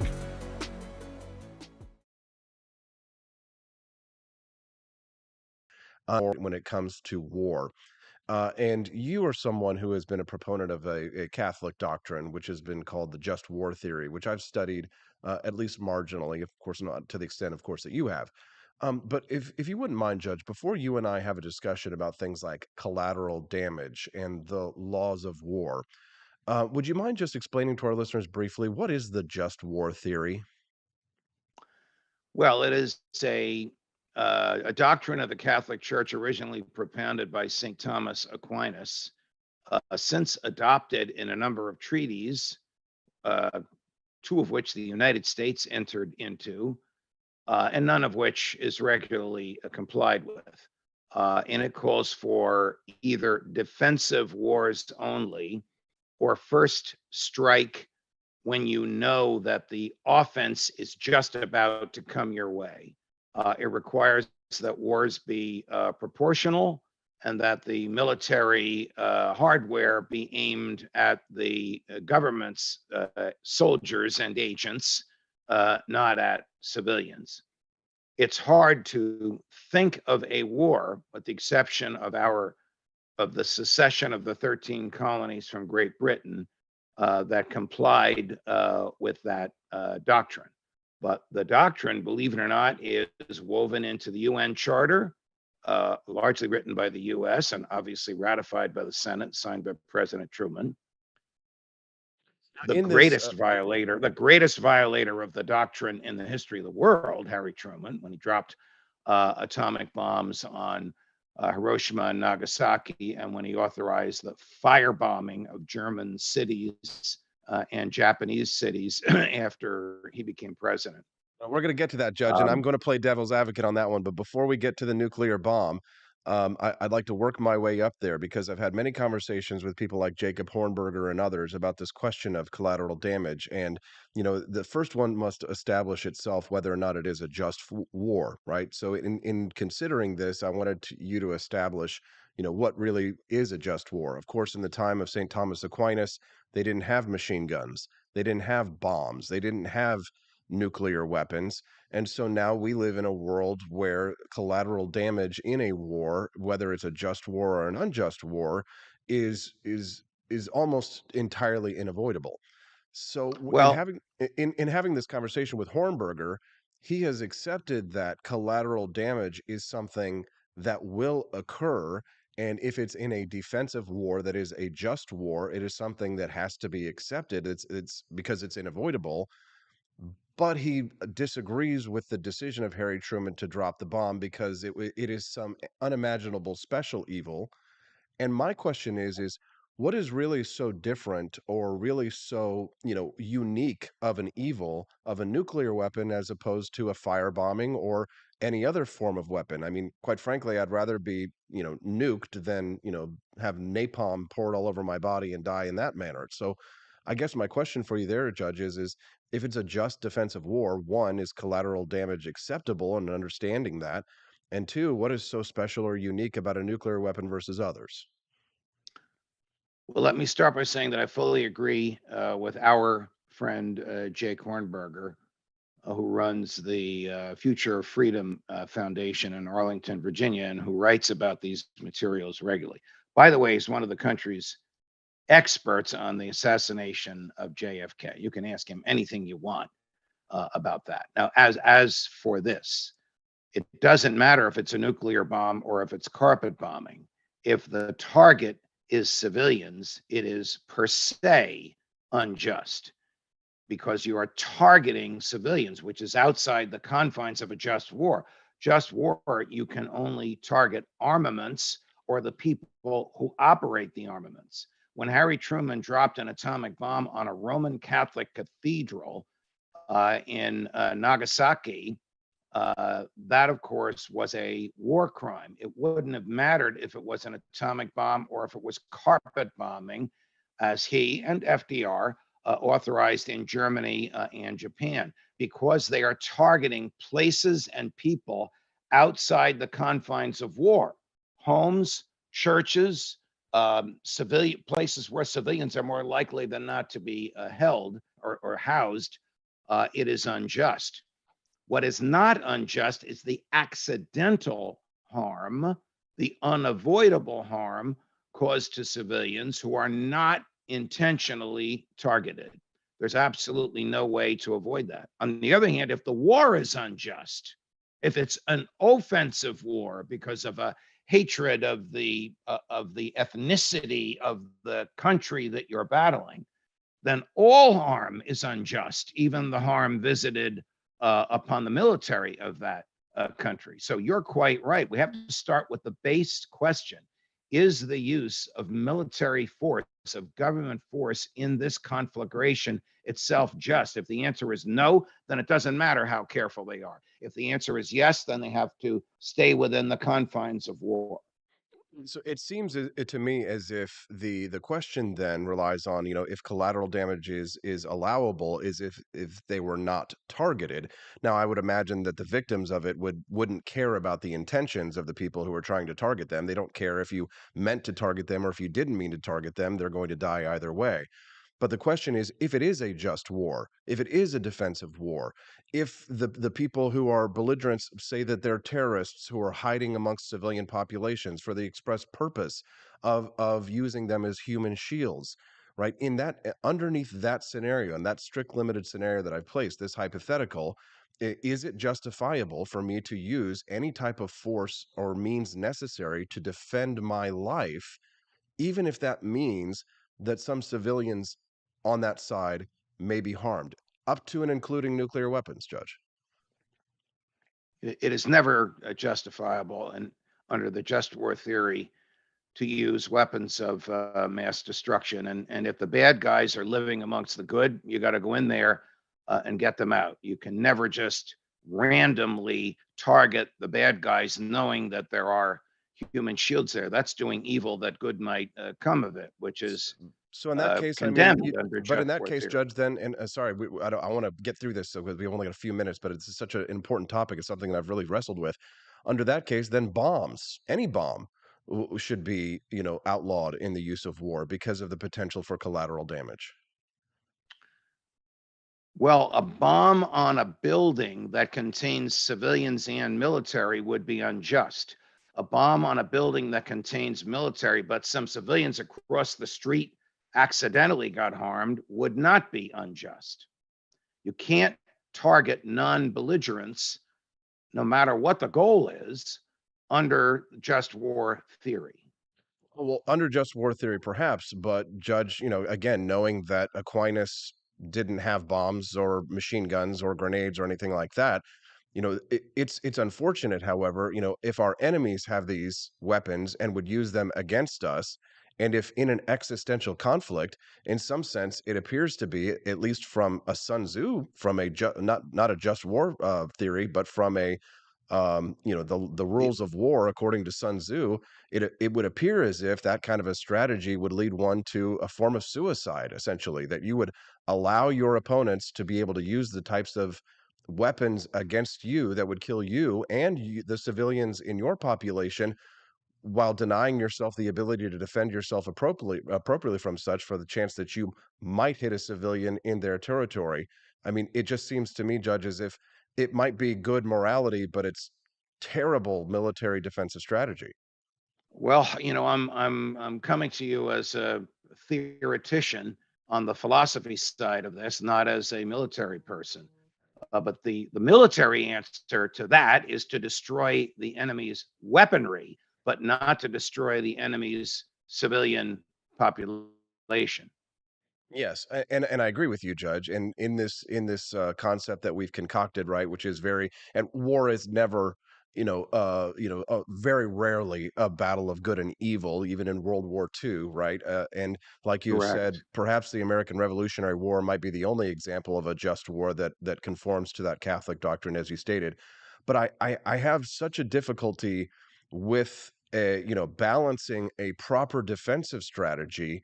Whereas, when we as libertarians look at applying our philosophy to politics writ large, we we apply only philosophical theory, but we very rarely apply military doctrine to our views and our principles.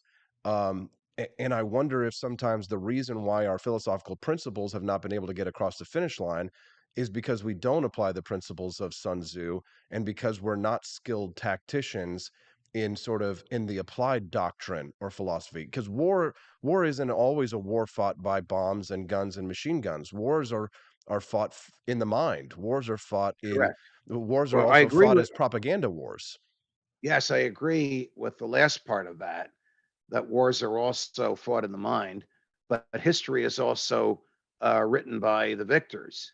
I mean, Harry Truman should have been tried and executed, if you believe in the death penalty, which I don't, for war crimes because of the innocents that he slaughtered. But because the United States won the war, the other side got tried. So our principles don't always gain currency because we don't always follow through on them. Who's going to try Harry Truman for killing civilians when he's the popular and eventually elected on his own president of the United States, claiming credit for winning World War II, a war that would have been won anyway without the carpet bombing and without the slaughtering of innocents and without the dropping of the bomb, just to show Joe Stalin that it can be done.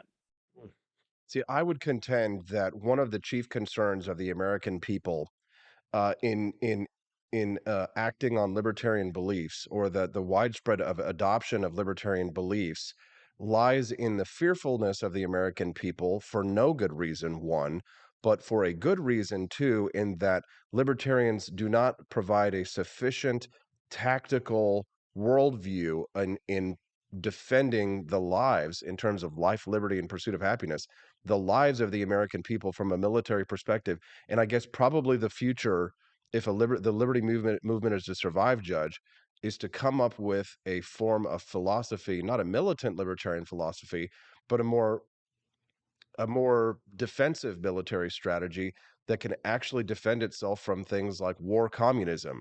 How does pacifistic libertarianism defend itself against the aggressive, violent actions of Antifa anarchists? How does pacifistic libertarian voluntarism defend itself against Pol Pot or Che Guevara? Right? At Yeah, well, some time, but that's at some easy. point, it's one almost finished, Judge. At some point, we have to ask ourselves, if H.L. Mencken isn't right, that every decent man, who is ashamed of the government that he lives under, must sometimes raise the black flag and begin slitting throats. When is it that time? When an unjust aggressor comes after you, whether it's a thief in the night or an army in the field, you use whatever force you can to resist it. under our beliefs, anything the government owns, I know you're going to love this. I remember you arguing with Gary Schreier, who was our boss in those days at Fox, over this. Anything the government owns, you can own. You can own a tank. You can own the same military equipment that the government owns to defend your life, the lives of your family, and your property. Again, whether it's a thief in the night or whether it's Pol Pot coming up the road. Well, Judge, I think, I will maintain my nuclear weapons and my grenades and my machine guns and bombs. But if you want a flintlock musket and you'd like to use that, you can have it. Judge Andrew Napolitano, the host of the Judging Freedom podcast. We're so grateful for you. Thanks for talking about these big ideas, Judge. It's like a cold drink of water in a hot desert. Thank you. The best conversation I have all week. All the best to you, Austin. Thank you very much, Judge. We'll talk again next week. Well, what can you do? Unfortunately, it looks like Jeremy's not going to arrive. That's a shame. Sent him a booking email last night. He confirmed, and I guess he doesn't usually get up this early. At least that's what he said. But I did try and give him a later time for up to spot. I'm sorry to disappoint y'all. When you book somebody, they say they're going to do it, and they just don't show up. Nothing you do about it. That's how you know this is live. If it wasn't, I pre-record it and do all that kind of stuff. But this is what happens when you go live. Sorry, guys. I apologize. Nothing I can do about it. Somebody just doesn't show up. They don't show up. All right. I'll figure out something to talk about, though, before we go, because we got more show. Don't you know? Listen to what I say. I'll lay down by the bay. I just may. What do you say? We'll be back with more. Wake Up America Show at wakeupAmericaShow.com. Donald Trump and I approve this message. Believe me, Austin Peterson is the best. He's got the greatest Wake Up America show I've ever seen. Whenever I tune in the mornings and watch the live stream, let me tell you, he has got the absolute best content. I love his guests. It's just a total blast to watch, and I highly endorse and recommend the Wake Up America show. It's terrific, believe me. Hello, my name is Kelvin. Welcome to Frenchie Bush.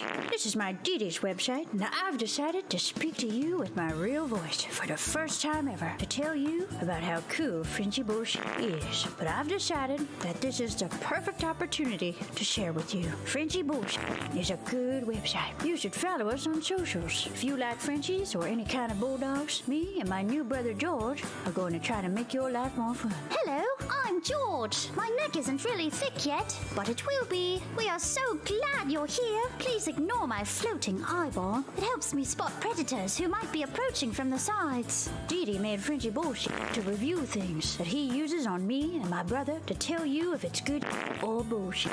Take this collar, for example. Didi really likes it. Didi said it's really handy because us Frenchies got thick necks. Need something really tough. People think Frenchies are little, but if you look at us from below, you can see we are really pretty buff. Beefcake, yes. Look at my creamy thighs and chest. Yes, you like that? Big brother, please focus. Frenchie Bush. Please follow us for more great content and read the Frenchie Bush blog for more fun and cool stuff.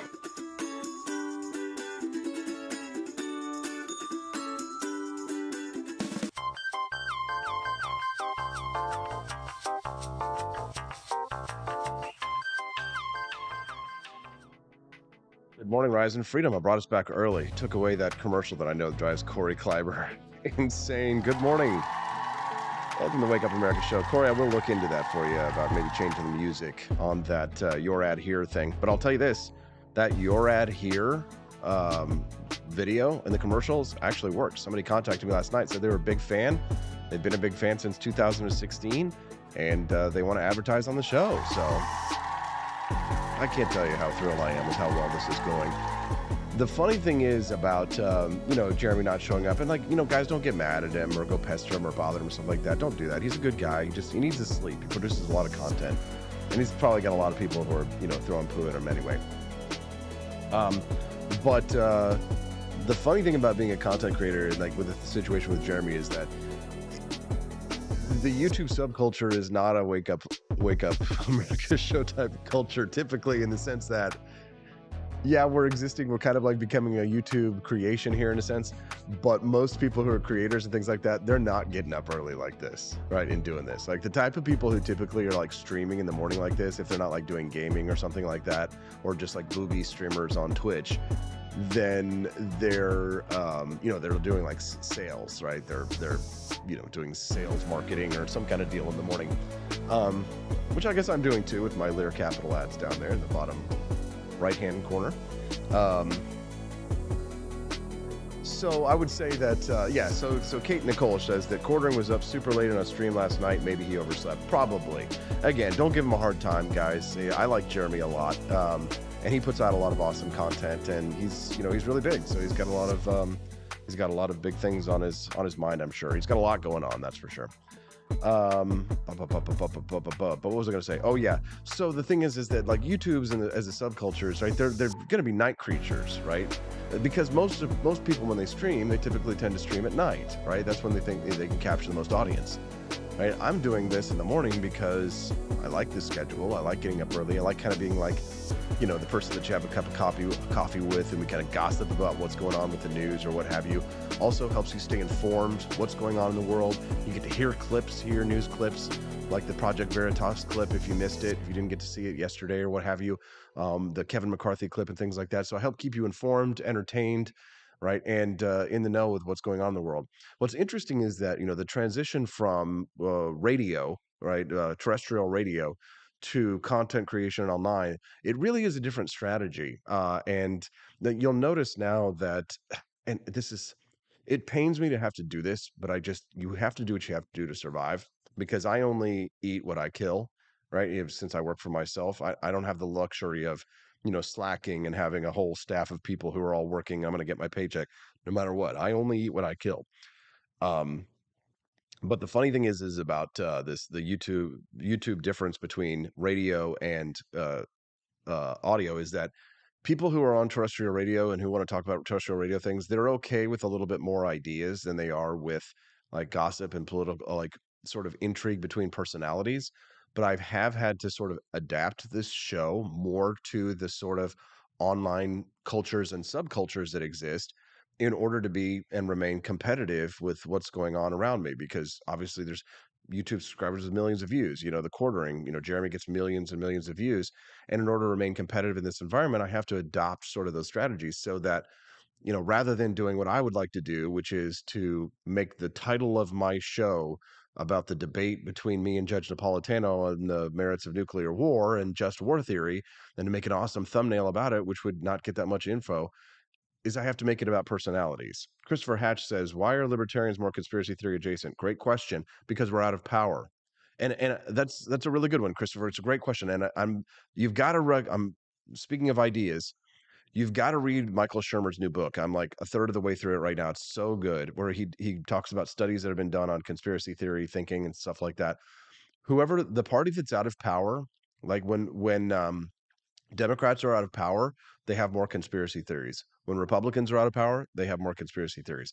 Libertarians are always out of power, so they have lots and lots of conspiracy theories. That's a big part of it. And a lot of your big YouTube growth has come off the back of the Tim Adam drama. Yes, absolutely, Hikaru. That's definitely correct. For example, today's show is about Pamela Anderson versus Tim Allen, right? And because that gets eyeballs. And as much as it kind of pains me to say, but it is the truth. And you kind of have to play to that audience, right? There are certain realities that content creators and people like myself have to accept that I think is a good lesson for libertarians in order to adapt, improvise, and overcome, right? For ideas to continue to grow and to build the liberty movement back up so that we're strong again. It's going to require this sort of an understanding and acceptance of human nature. What do you think about that? So as we go down there, I would love it if I have to ask you guys. I don't have to ask you guys. I want to ask you guys to drop some super chats if you would, even if it's $1.99, $2.99, $3.99. Trying to grow the show as much as we can, and I'm asking if you wouldn't mind put some money into the tip jar so that we can continue to grow. And I'll tell you exactly what it's going to go for. I'm saving up right now to buy a very expensive lens for the second camera, which there's no second camera today because it's a little grainy. And I'd like to upgrade the lens on that so that we can have more content. Tomorrow, Camelia Peterson and Stephanie Peterson, Peterson. Camelia is going to be in studio tomorrow with us on Family Friday. She's so close to us that we consider her family. So it's going to be the very first time that we're actually going to have 3 people on set in studio. Wish me luck with that, but you'll see one of the lenses is a little bit grainy. So I'd love it if you would give us a super chat now so that we can do we can buy a new lens and so that we can help to pay our employee's salary because he's starting part-time, but that's still not cheap because the government takes our money. So if you haven't today, I would appreciate it. Amanda says she's broke until payday. No worries, Amanda. It's not a problem at all. Of course, liking, subscribing to the YouTube channel and doing things like that definitely helps us to grow. So what do we learn from today? That the world's not ending, as John Stossel has said. People who have prediction of disaster and gloom, they look as if they are so caring, and people who sell rational optimism, like myself and others, How well, dare you? right? We look as if we're uncaring because, the world is, everything's going to be okay. It's like whenever I see now, I love to do this on Twitter now. Whenever I see somebody predicting gloom and doom, whether they're a right winger or a left winger, I love to just post underneath it, like Leonardo DiCaprio's Instagram. I'll just be like, the world's not ending. Everything's going to be okay. How dare you? Oh God, how terrible. How dare you don't care. If you don't think that the world's gonna end, then you don't care. So we learned today from John Stossel that the world is not going to end. We also learned that Kevin McCarthy has actually got some cojones and standing up to reporters. Nice to see it. We also learned, what else did we learn today? We also learned that that James O'Keefe has got giant, massive cojones as well. We also learned that murders increasingly are concentrated in urban counties and within those urban counties as well, that murder is not a gun problem, it's a Democrat problem. Yes, there you go. And we also learned that it's probably damn near impossible to get the quartering booked for a early morning wake up show. What do you think? All right. Can we get one more super chat before we go? I tell you what, if we get one more super chat before we go, I will sing you a song. What do you think? You won't be able to pick the song though, and I will sing sing a verse and a chorus. So if we can get one more super chat on here, come on, people, let's go. One more super chat, and you will get a song. How about that? I hate every 2-week payday, says Amanda. Yeah, I know. It's, well, I do miss getting a paycheck every day. There's Robbie. He says, debit card's empty now, but he's good with that. Hey, Robbie, we appreciate you very much. All right, so what should I sing? What should I sing? What should I sing? I need to pull up some lyrics here. Let's see. Give me some song suggestions if you wouldn't mind over in the live stream. How about this? Let's see. Sing lyrics. Should I sing a ballad? How about that? From New Brain. This is an old song that I used to sing back in the day. Let's see. I'd rather be sailing, yes, I would, on an open sea. I'd stand at the railing if I could, feeling wild and free. The sun is on my neck, the wind is in my face. The water's incredibly blue. And I'd rather be sailing, yes, I'd wanna go sail and then come home to you. Sex is good, but I'd rather be sailing. Food is nice, but I'd rather be sailing. People are swell, but I'd rather be sailing over the horizon. And I'd rather be sailing, yes, I would. He'd rather be sailing on an open sea. The sun is on my neck, the wind is in my face. Wop, wop, wop. No. For that, you got to donate $50. How about that? I'm sorry, but you're not getting WAP. As much as I love you, Robbie, for your $5 donation. Somebody gets $50, then you can have WAP. I don't even know that song. I don't listen to that song. I'm just such a nerd. Right? I got to stay hip to the culture. Hey, I appreciate you very much. Christopher Hatch says, not bad, Austin. Great baritone. Someone says, you paid for this. Thanks a lot. So it says, I don't like this song. Yeah, I do. I love it, Austin. I appreciate you very much. Some people liked it. Some people were like, no, God, please, no. And some other people had, no, damn it. No. Hey, sorry about the quartering. Don't know what happened to Jeremy again. Don't give him a hard time, okay? Things like this happen all the time. It's just when it's live, it makes you look kind of, it is what it is, okay? He's a good man. I like him. All right, so I guess I'll be back tomorrow with Family Friday. It's going to be Peterson, and I have no idea how I'm going to set it up with the cameras that I got to be able to show both of the ladies on camera and have them microphoned up. Oh, it's going to be a challenge. Wish me luck. Hope everything goes well. I'll see you tomorrow on the Wake Up America Show at wakeupAmericaShow.com.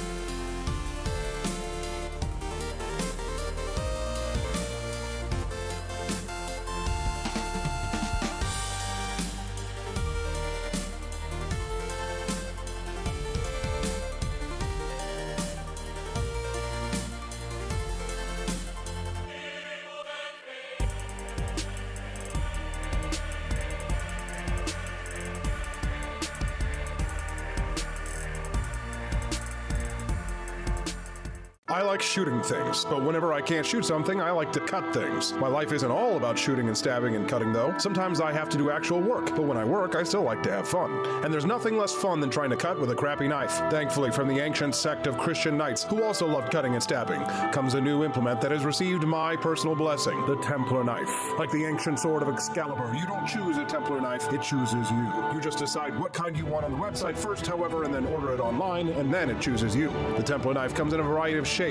As a man of culture and taste, I have decided I will never use a terrible knife again. And thanks to the inspiration provided by this excellent product, I have decided to launch a new crusade against anyone using less than superior knives. Join me, brothers and sisters, by visiting uppercuttactical.com/pages/Templar-knives. That's a lot of slashes. For that, you'll need a Templar knife. For 10% off, use code AP for Liberty and join me in a quest for glory, for liberty, for Christendom, for the Templar knife. Get yours today. Fire.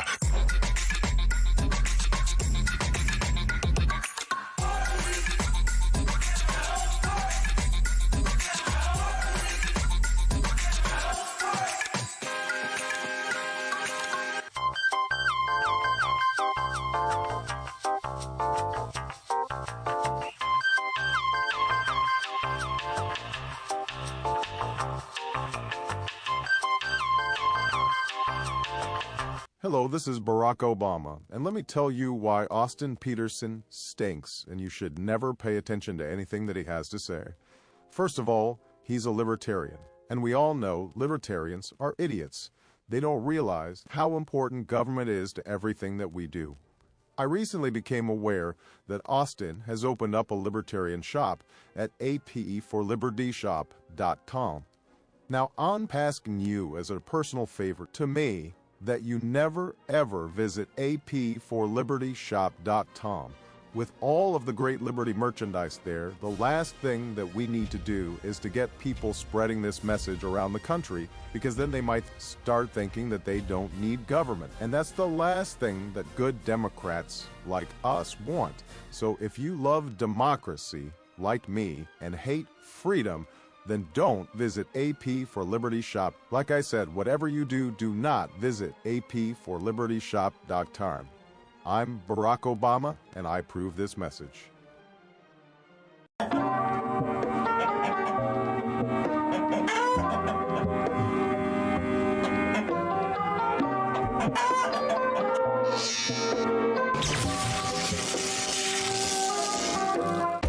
Want an engaging website to boost your business?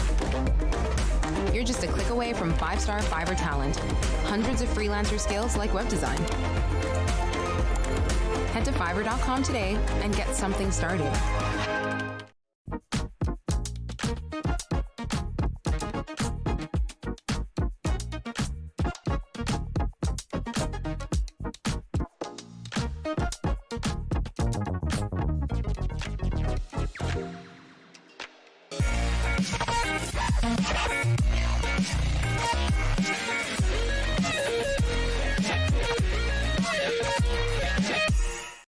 When I was in foster care, I never knew when I would have to move, so I always had my suitcase ready to go. Then one day, I was adopted. My new parents opened their hearts and home to me. My parents cook my favorite breakfast for me every morning. My parents take me on trips I never thought I would go on. They gave me a home and an even better reason to use that suitcase. My parents aren't perfect, but they're perfect for me. I